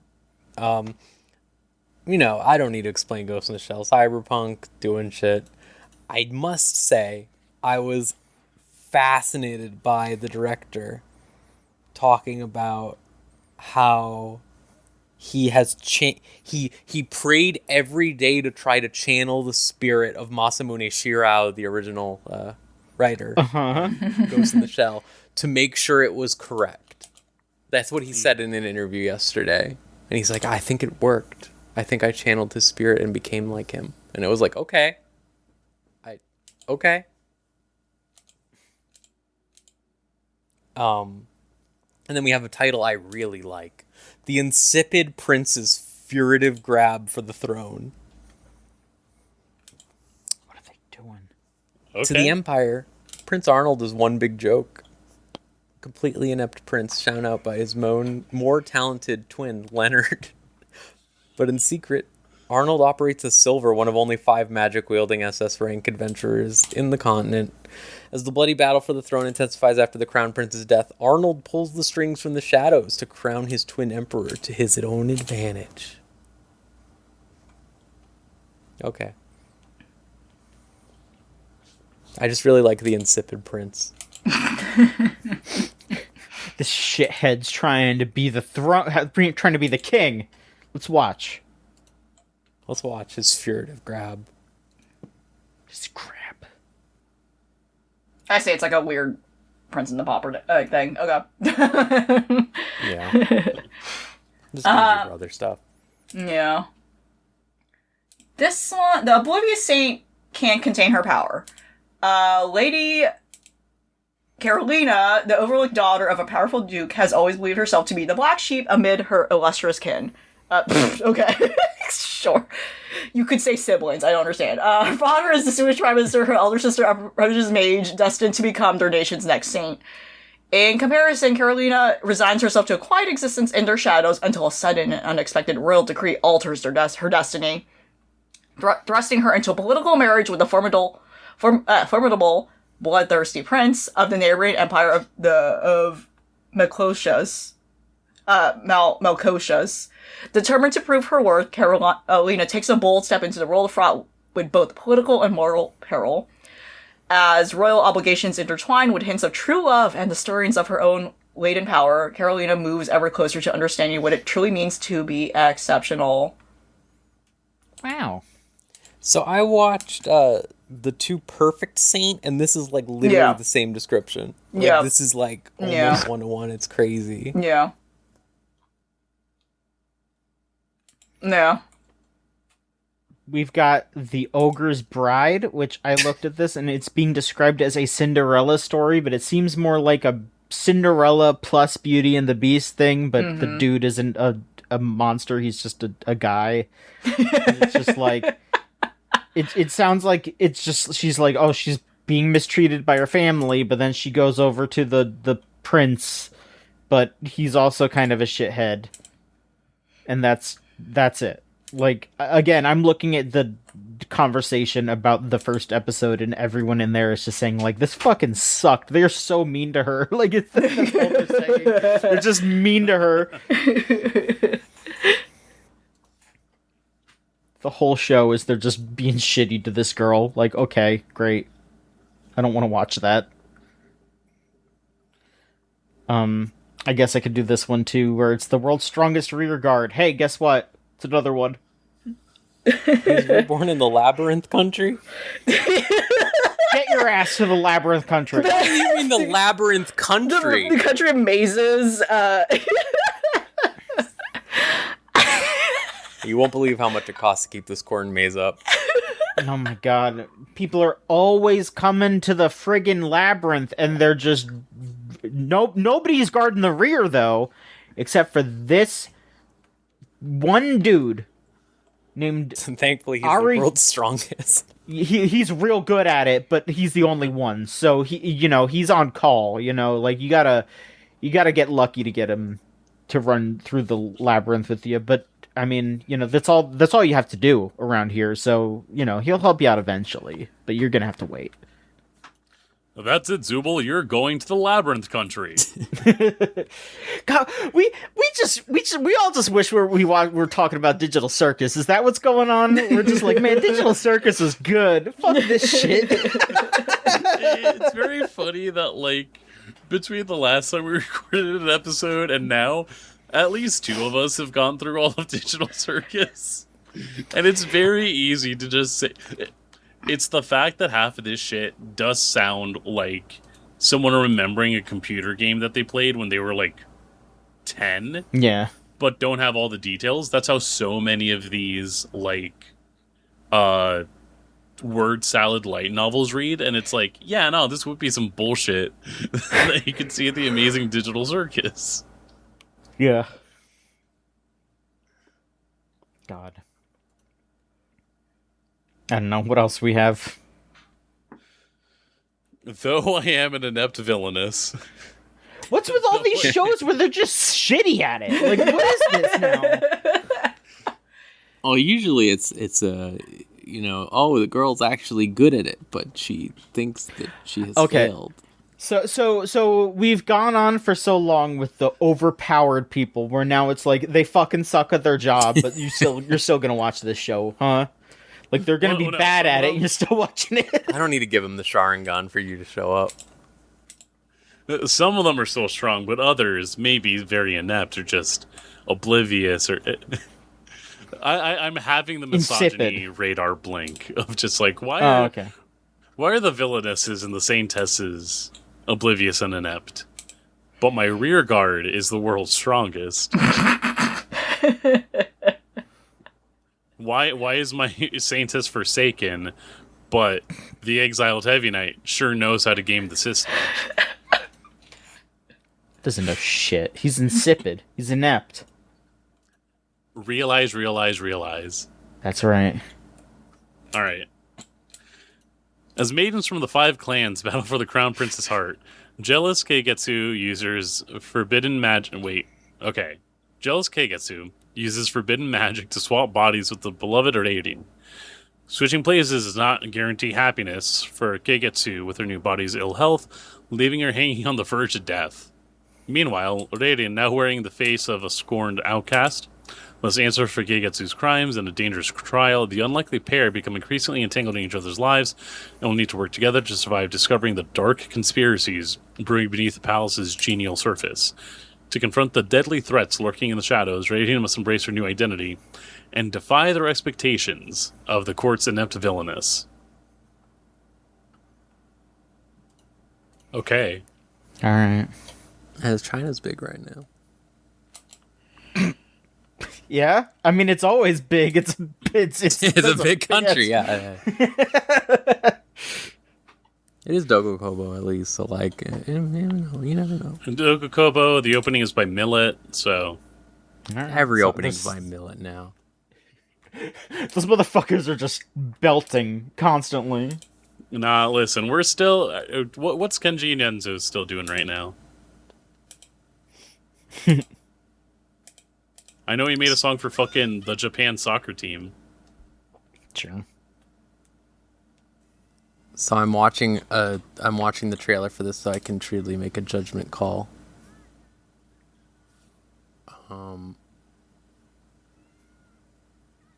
Okay. So Thunder 3. 3 ordinary schoolboys come into possession of a DVD that supposedly opens a gateway to a parallel universe, but when their backs are turned, Piontaro's little sister Futaba passes through and gets kidnapped by the aliens that have overrun that version of Earth. Discovering that their cartoonish bodies make them supermen in the hyper-realistic parallel universe, the boys set out to rescue her. So yeah, it's just like, oh, they're cartoon characters, but then they go into like real Tokyo. I was really hoping when I watched the trailer that it was going to be some like FMV shit. But no such luck. They just go into like a CGI world that is designed differently from theirs. But it's all CGI. Yeah, I know. it's like a fun idea, but it doesn't seem like they're really going the furthest they should. You need to like put people in green screen outfits and then map the cartoon anime over them and have them fight. The people that like made Kamen Rider. Sure, or the people that made like Gallon Dinosaurs should be making this show. Yeah, sure. Okay. And then I'll just take this one just so you don't have to read it, LV. Trapped in the dating sim world of Otome games is tough for mobs. The thing that always gets me is I've played a lot of Otome games, and like sometimes there's a war, sometimes there's like serious stuff, but most of the time there's not that much fighting. So I'm like, when I see this art and there's like an evil knight and like shit, I'm like, what? Okay. There's like a knight and an evil old man. It's not really like that.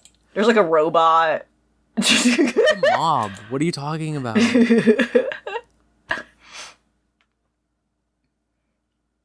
Okay, Victoria of Many Faces. In an age where spies act behind the scenes in every land, Chloe spends her days successfully carrying out even the most difficult missions due to her unparalleled disguise skills and martial arts abilities. After the betrayal of her boss, she suddenly disappears.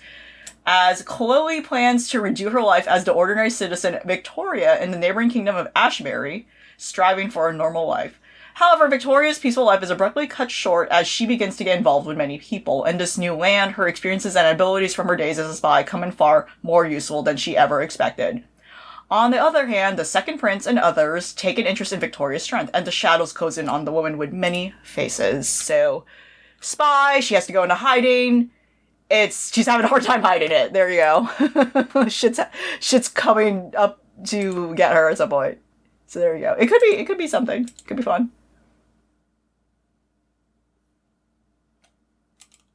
All right.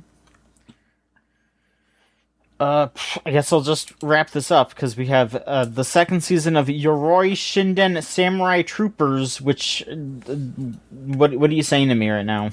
What is this? Oh, it's fucking Ronin Warriors. That's what it is. Yeah. Oh my god. Yeah. I was like, what are you saying to me right now? Oh my god. Okay, so they did a remake of Ronin Warriors, and okay, that's what they're showing. Now they're me. still going, yeah. Great. There's season 2 of You and I Are Polar Opposites, which I feel like, Maverick, were you talking this up, or am I making that up? Yeah, I read through all the manga. I got to, episode 7 of the first season, because that came out in, the winter. Mm. But, no, it's fun. It's cute. I think with the pacing that they were going at, I think it's got another season left in it if they want to just wrap it up. Okay. If not 2. But very light, very cute. This, I think, gets close to what I was talking about earlier, where there is, a pair of folks where it's well, you two aren't, going out yet. But it's also them kind of being now, do I actually want that, or do I just want to have a person that I'm, comfortable with and not the pressure of being invested in romantically? Oh, no, it's cute. It's Right. one of those shows where you can tell people paid attention to how, high schoolers act, and so it feels expressive and lived in. Mm-hmm. Okay. And to wrap it up here, we've got Young Ladies Don't Play Fighting Games, which has been pretty hyped in a lot of circles, I would say. It's that Yuri show about girls that play fighting games against each other. The interesting thing is that in the manga, it was, they were sanding the numbers off, as it were. They were playing fake Street Fighter, fake Guilty Gear, etc., etc. And in this one, they are just playing those games. So it's a lot. It's a little odd because it does just straight up cut to Street Fighter 6 gameplay in this show. And sometimes it kind of, I don't know, if you know too much about fighting games, it kind of gets in the way in a way, because they're gonna be talking about stuff that just does not really apply to that game, from what I saw, because I think the original version of this. Let me see when the manga came out. Manga came out 2020, which, let me see here. Street Fighter 5. Street Fighter 5 came out in 2016. Okay, so this was still Street Fighter 5 when this came out. And then they had the arcade edition around then too. Yeah. So Champion Edition was 2020. So that was near the end of Street Fighter 5. But Street Fighter 5 is so different from Street Fighter 6 that the problems that they are having, the things that are going on in the game, if they're gonna have to straight up rewrite entire my V trigger segments. Exactly, yeah, because that's not in it. No, they gotta be talking about drive rush and stuff, all the dodging and all that shit. It's completely different. Don't have to worry about that with Guilty Gear. Got the Roman cancel. It's fine. I mean, well, the good news there is that Strive has been going on for so long that they don't have to change anything about that, at least. But yeah, it's gonna be small things, but for a fighting game dweeb, it's at least interesting to be okay, how are they adapting this, how this person plays to the game, because I don't know if this person is playing as And I'm trying to think of a Street Fighter if this person was like a Charlie, a Nash player in Street Fighter 5. Like, he's not in Street Fighter 6. So they got to figure that out. If that's like a big part of her character, cuz like your main is important to you in a fighting game, you know?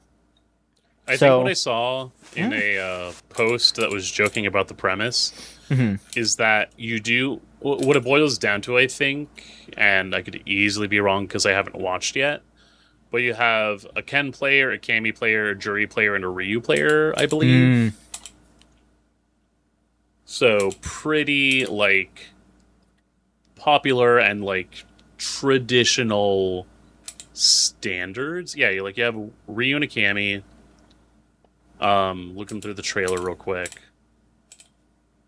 I'm sure that there'll be more, but the post then was also like, there's no love here.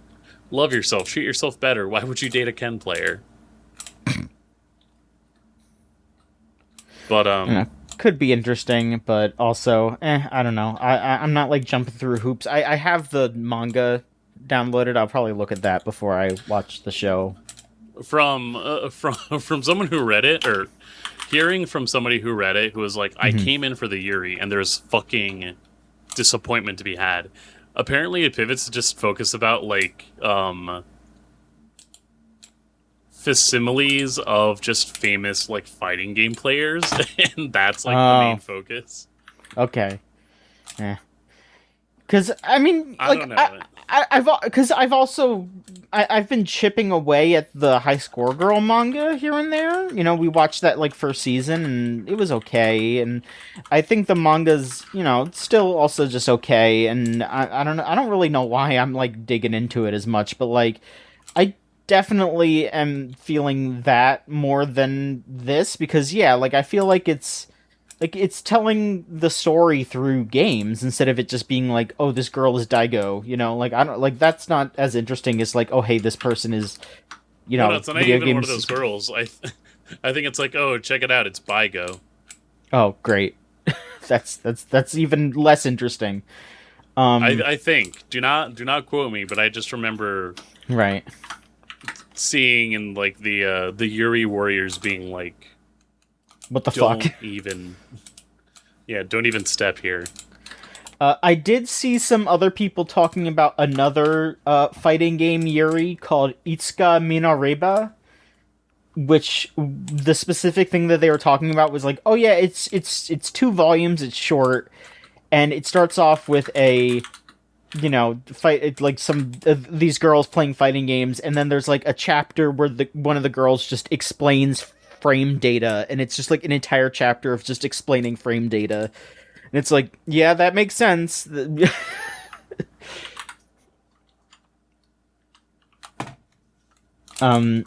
I don't know. Maybe I'll check it out because it does seem like it's going to be super animated at least, which is nice. But yeah.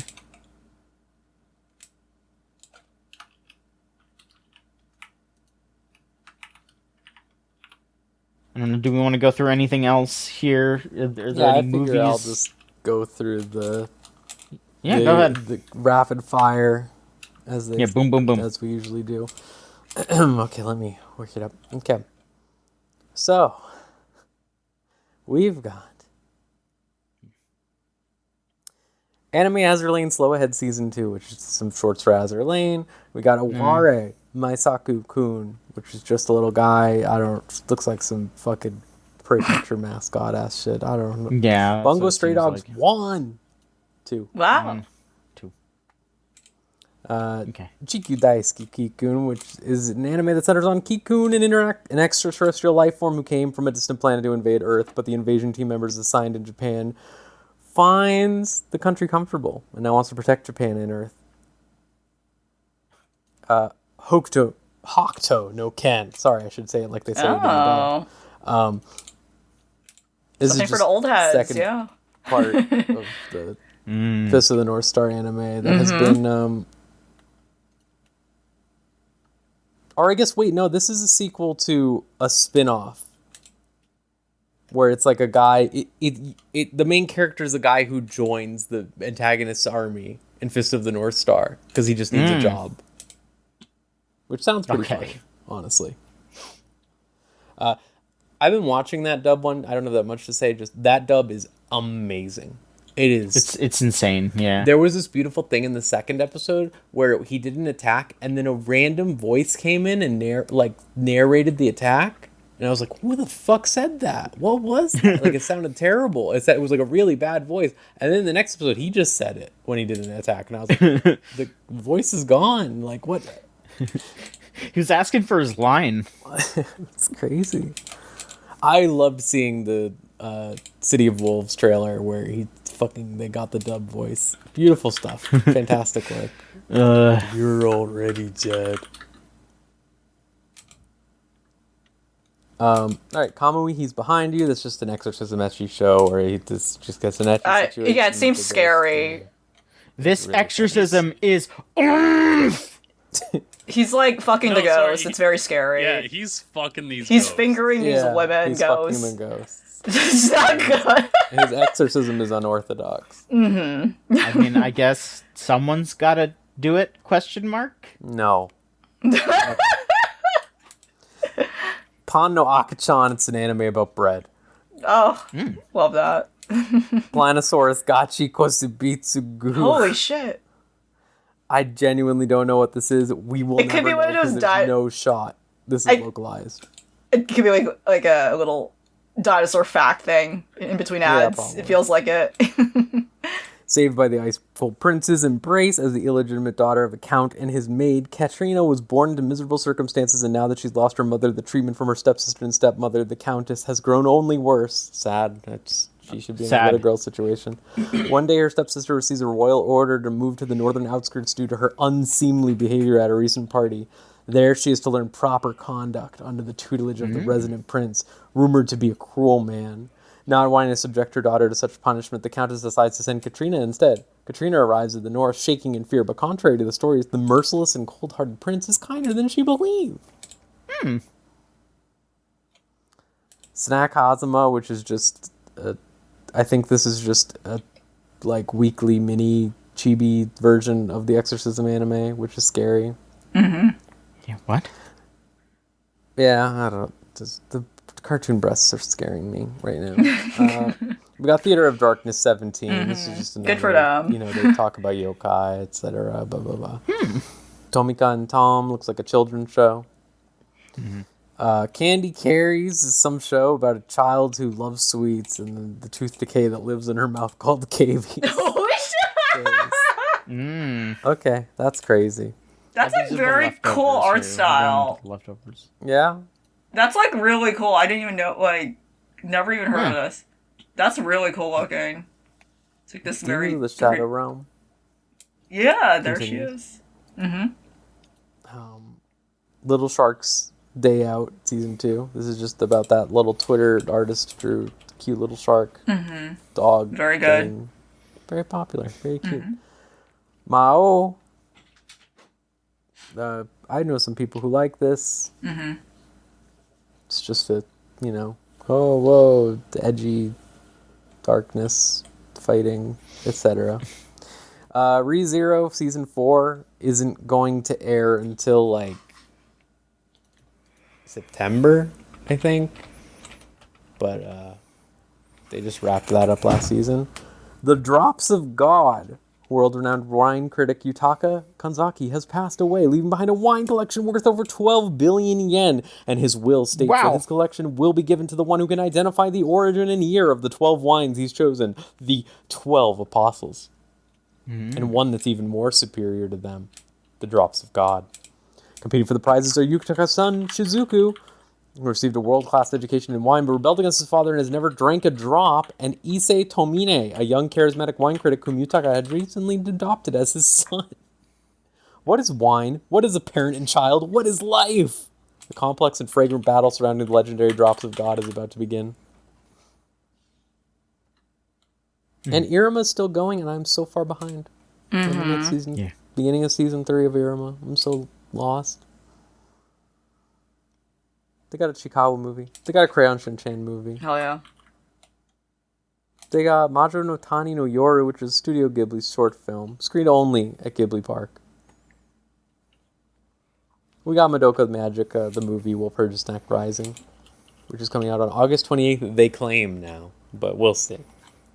Can believe it when I see it on the shelves. Rusuban, set in August 1987, the story follows one day in the life of Toko as she stays home in a large house while her family is away. Oh, Skinamarink. Scary. Sabo Yubi, some freaking story of a certain insane world. Okay, I'm not reading Death Game anime movie. We got Shiranui. The short is set in the coastal town of Kumamoto at the tail end of the summer 1996. A 10-year-old boy, Minato, lives a precarious life with his drunken father, and then he hangs out with a goddess in the form of a young girl who appeared on Benten Island. We got Soreke Ampanman. We got The Ribbon Hero, which I know has some hype to some degree. It looks charming. Just about a princess fighting. It's going to be on Netflix. Oh, it's like a Princess Knight spin-off. Yeah. Okay. Oh, it's not just a spin-off, it's like a reimagining of Princess Knight. Okay. Okay. So, that's interesting. Yeah, it's interesting. It looks really nice. If you look up the trailer, it looks really nice visually. Okay. Unanswered Butterfly, Sword Art Online. This is continuing the Asuna perspective movies, I believe. Which, if I remember correctly, didn't these happen because the Sword Art Online writer, realized he fucked up? Yeah, he, became woke one day and was like, fuck, I'm so sorry, Well, he kept women. meeting Asuna cosplayers, and he was like, what have I done to them? My beautiful queens. That's the Support women. I mean, if it worked, I guess, Yeah, it worked. like... And then, honestly, we don't need to go over the rest of these. Okay. Well, I'll just read some titles. Okay. I became a legend after my 10-year-long last stand. Heroine Saint. No, I'm an all works made and proud of it. We got that weird Pat Labor thing coming out in August.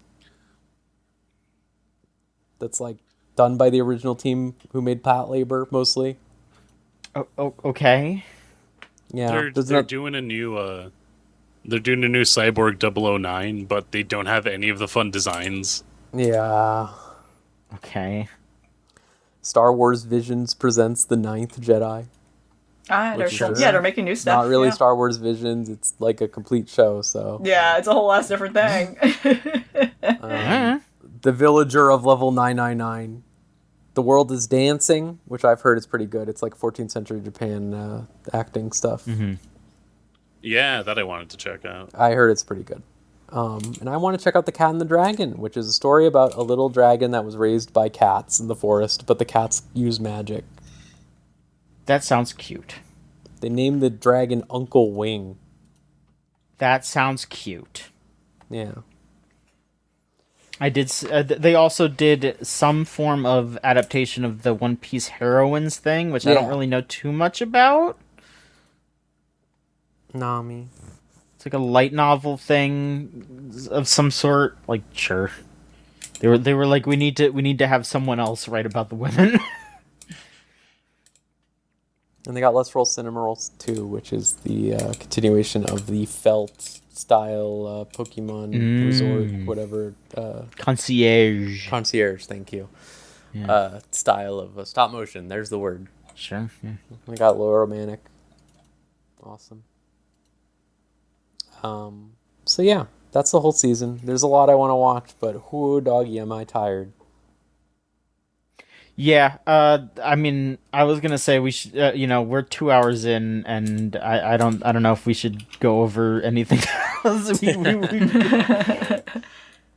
Yeah, I don't want to keep us here forever, and we can always come back next time. Yeah, that's right. Yeah. But I mean, yeah, let's go over. We should go over what we want to watch, though. Yeah, sure. I'll start by saying I want to check out the new Bang Dory. I just haven't yet. I'm curious to see if it's any good. I want to see Goodbye Laura because I really like the 90s style that they're going for with that art. It looks really charming. And then I'm probably going to watch Jadugar and all those Saintus animes, because fuck it. Why not? Fuck it. You're insane. You're disgusting. I'm sorry. I can't help it. Fuck is wrong with you? That's brain poison. Oh, and Smoking Behind the Supermarket with You, but I'm already watching that. Fine. So. How about you, Maverick? Oh man! All right, let's see. I think like echoing Smoking Behind the Supermarket and Jadagar, both Science Starter shows, I think are worth checking out. Literally, if I look at what Science Starter has been up to, I think there's only been one. I can't speak on Sanda, but like everything else that they've done is at least like something I've been appreciative of, or like, you know, what is it? Yurei Deco, which is the only full-on dud I can think of. So, checking those out, and I don't know, I guess I could watch Chain Smoking Cat. You're gonna see her blast the potty. Are you ready? Yeah. I mean, hey, these are girls that I encounter in my neighborhoods. You know what? True. And maybe Sparks of Tomorrow. I look at this and like I can't help but think about Undead Girl Murder Farce. Yeah. Take the hit for us. If it's good, you gotta let us know. Because this could be great or it could be shit. You know, just let us know. For sure. At worst, it's a party Ranman, which still fun, but in a much wackier way as well. Sure. LV, how about yourself? I mean, you're already watching some stuff. Yeah, I am watching some things, so I think I do want to take the plunge, and with Solidarity with Maverick, we do. I do know, unfortunately, some girls who are just chain smoking cat. I gotta know. Maybe I can find the censored version. Yeah, I can find the censored version. That's right. That's. Why bother? It does sound like an insane morality tale. I think like whatever these girls are going through, gotta be there for them. And yeah, I would love to watch this new iteration of, well, rather new iteration of the OG version of Ghost in the Shell. Would love to see it. It does remind me. I think I would want to rewatch those movies. I would want to rewatch the movies and just to kind of compare. Standalone Complex, right? Yeah, we did watch a bit of it. We watched yes. season 1. We watched season 1. Yeah, It's so good. we did. Yeah. And yeah, Red River sounds insane. I think I need to see that. I need to try it.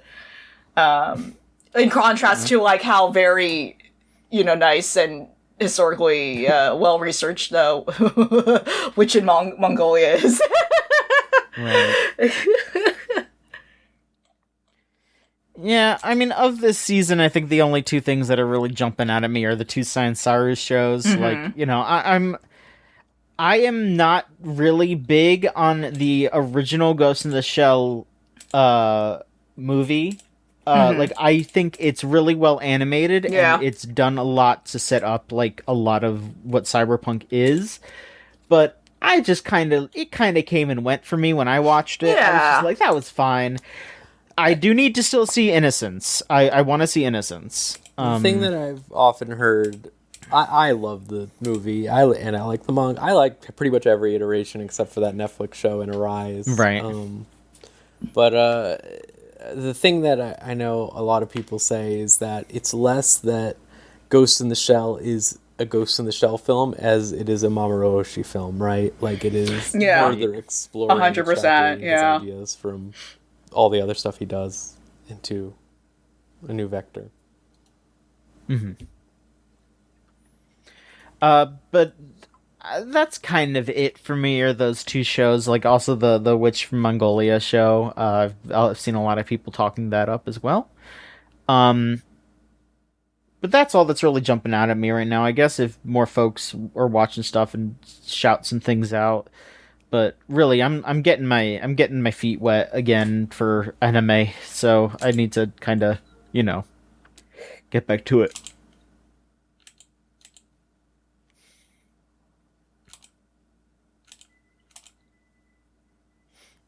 All right.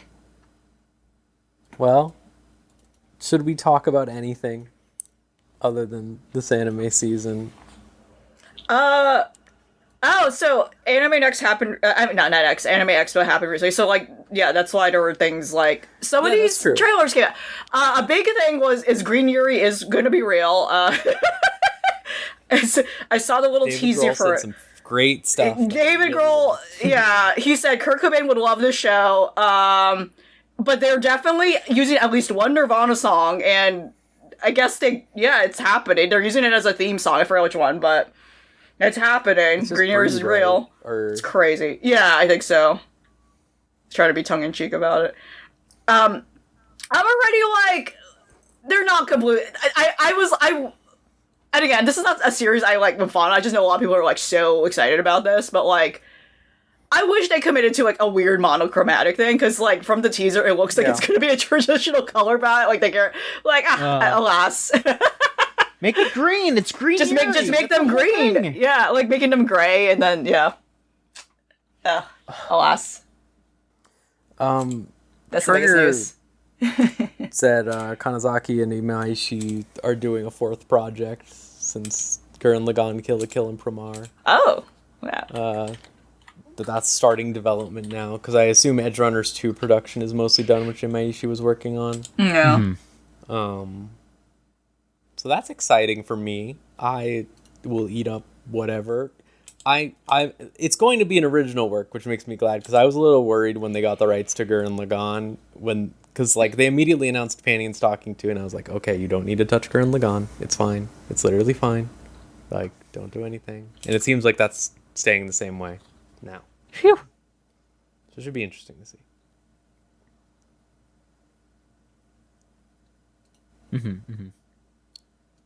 All right. Gosh. All right, we don't have to do discussions on everything, I guess. No. But should I just read some of the opinions I got written in for us? We got some overdue opinions. From the people out there. All right.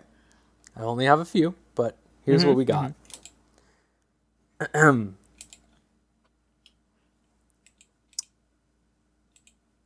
Candy Carries is the most beautiful show of the year. Now that I've seen that, I believe it. It's crazy. It looks great. Besides World is Dancing. And I know it's a stop motion kids show, but it's incredible and a fantastic follow up to Pui Pui Molcar. Oh, that makes a lot of sense. Also, it's woke that Asa and Yomi no Sugai is a brocon. That's Demons of the Shadow Realm. I'm inclined to agree. I think that her love for her brother is beautiful. And it doesn't even have to be impure. It's just, it's wonderful to see how much she loves him. And it creates that gap moe. Okay.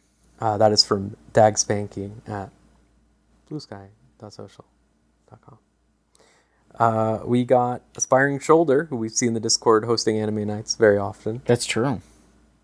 ReZero good. I agree. I've been watching a lot of ReZero. It's very good. More seriously, Fate Strange Fake is both the best Fate has ever looked and the least accessible entry, and anyone who says otherwise is lying. Also obligatory, Altria is the work of the devil mention. So, I agree. I don't know how many of you watched Fate Strange Fake. I would assume only John, potentially. I watched that first episode thing, and then I didn't get around to the rest of it. But I like I said, getting back on the horse. I think you'd be fine, because you played Fate Go, and you, know most of Fate stuff, right? But, if you're someone who's only seen Fate Stay Night, or, Fate Zero, anything that isn't, Fate Go, and all the waiver stuff, and all of, Fate Apocrypha, and know about Prototype Fate, and all this other shit, it just is completely insane. And I have noticed this also, because I had my girlfriend who doesn't know anything about Fate was watching it with us, and she was just like, I don't understand anything. Why is this happening? And I had to be like, who is this? Let me tell you about magic circuits. And Ishtar is the goddess of Babylonia, but she's summoned in the body of Rin Tosaka, and this is the second half, and she has Manaka, and you know, like I just fucking push up my glasses. It's rough, which is crazy because it looks so good. It's super fast. I think it's paced really well and interesting, and it should be really, really good. But it's like, if you haven't watched at least bare minimum the Waiver show, like as an extended Fate fucked. material, you're fucked. You really are. Like, you won't understand who fucking Flat is. Like, Right. it's rough because it also cuts back to Waiver all the time, and he's like, fuck. Oh, this shit's happening. No. There was a part where he goes like, should we call Rin in? And he's like, fuck no. I really liked that. That's good. Balderdashes.bsky.social says, it's weird that the Ranma remake is basically shot for shot, but also trying to be family friendly by giving everyone featureless doll bodies, right? So I did see a bit of that, and I agree. It's very odd, because it's similar to, like, I would say it's a less good than the Urusei Yatsura adaptation, but still, like, pretty decent. But it's like, it really is like, you know, in the original, she had her whole thing out and everything. Like, it's very weird. It's very weird when we have other shows like The Guy Who Fucks Ghosts we just talked about. But LesiResi.bsky.social said, Yomi no Sugai has convinced me that Hiromu Arakawa knows exactly what women want both from men and women. And I agree. Yeah. All of those men are beautiful. I love how suck they are. Like, the thing about Roy Mustang is he fucking sucks, right? Like, that's what makes him awesome. He fucking sucks. And it's the same here with these guys in this That's show. good to know. And then all the women are awesome too, especially this time around, because I feel like, if anything, it's like, don't get me wrong, Olivier Armstrong is awesome in Fullmetal Alchemist, okay? And so is, like, their teacher, whose name is escaping me at this very moment. But it's not, Winry's just okay, you know? Right. Whereas Asa and Gabi in this one are like, woo.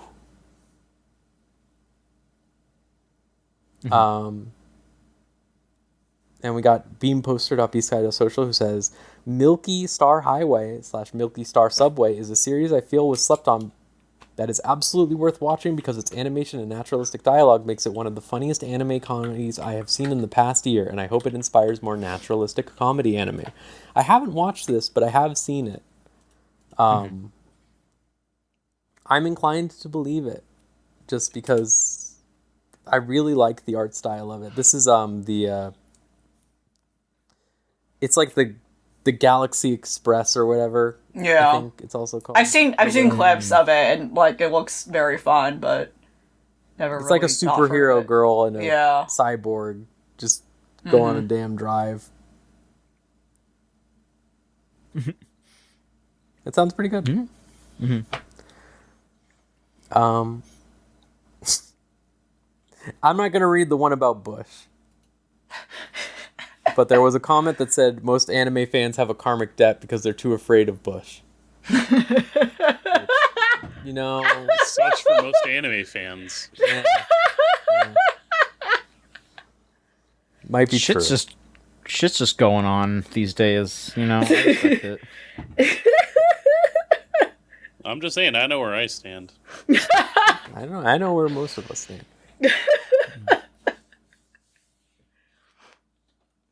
There's too much cowardice out there, yeah.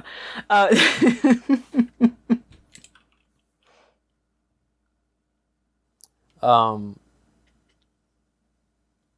right. Should we just stop there? Do we want to talk about anything else, or should we? I did get a quick request to shout something out. Sure. That is anime related, but it's also quite a bummer. Unfortunately, the anime community lost a writer who wrote for Crunchyroll a couple of times, as well as a friend of a friend. Oh, yes. David Lin has had contributed quite a few articles to Crunchyroll over the years. Recently passed away, and his family's asking for funds on a GoFundMe to pay for funeral charges and the like. The page is gofundme.com/f/help-with-david-lin LYNNS-memorial-fund. So that we'll have that in the description if you want to help out a fellow anime lover's untimely passing. They've raised quite a good amount of money, but they need a bit more to go over the final hump here. So good luck to them, and rest in peace to Mr. Lin. And thank you all for your generosity so far, everyone who has donated. Yeah.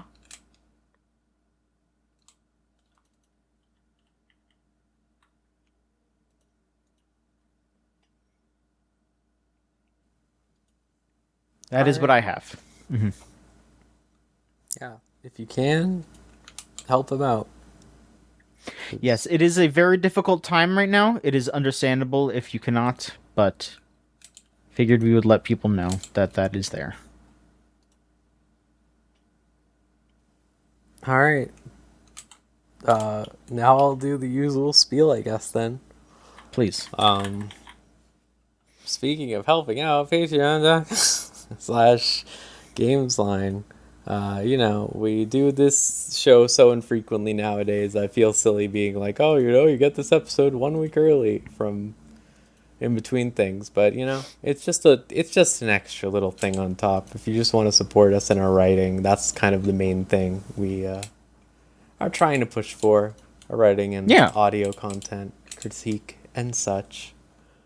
You can always send in anime requests if you're subscribed to the Patreon as well. Honestly, even otherwise, we'll think about it, we'll think about it, because we have gone through 60 something shows by now.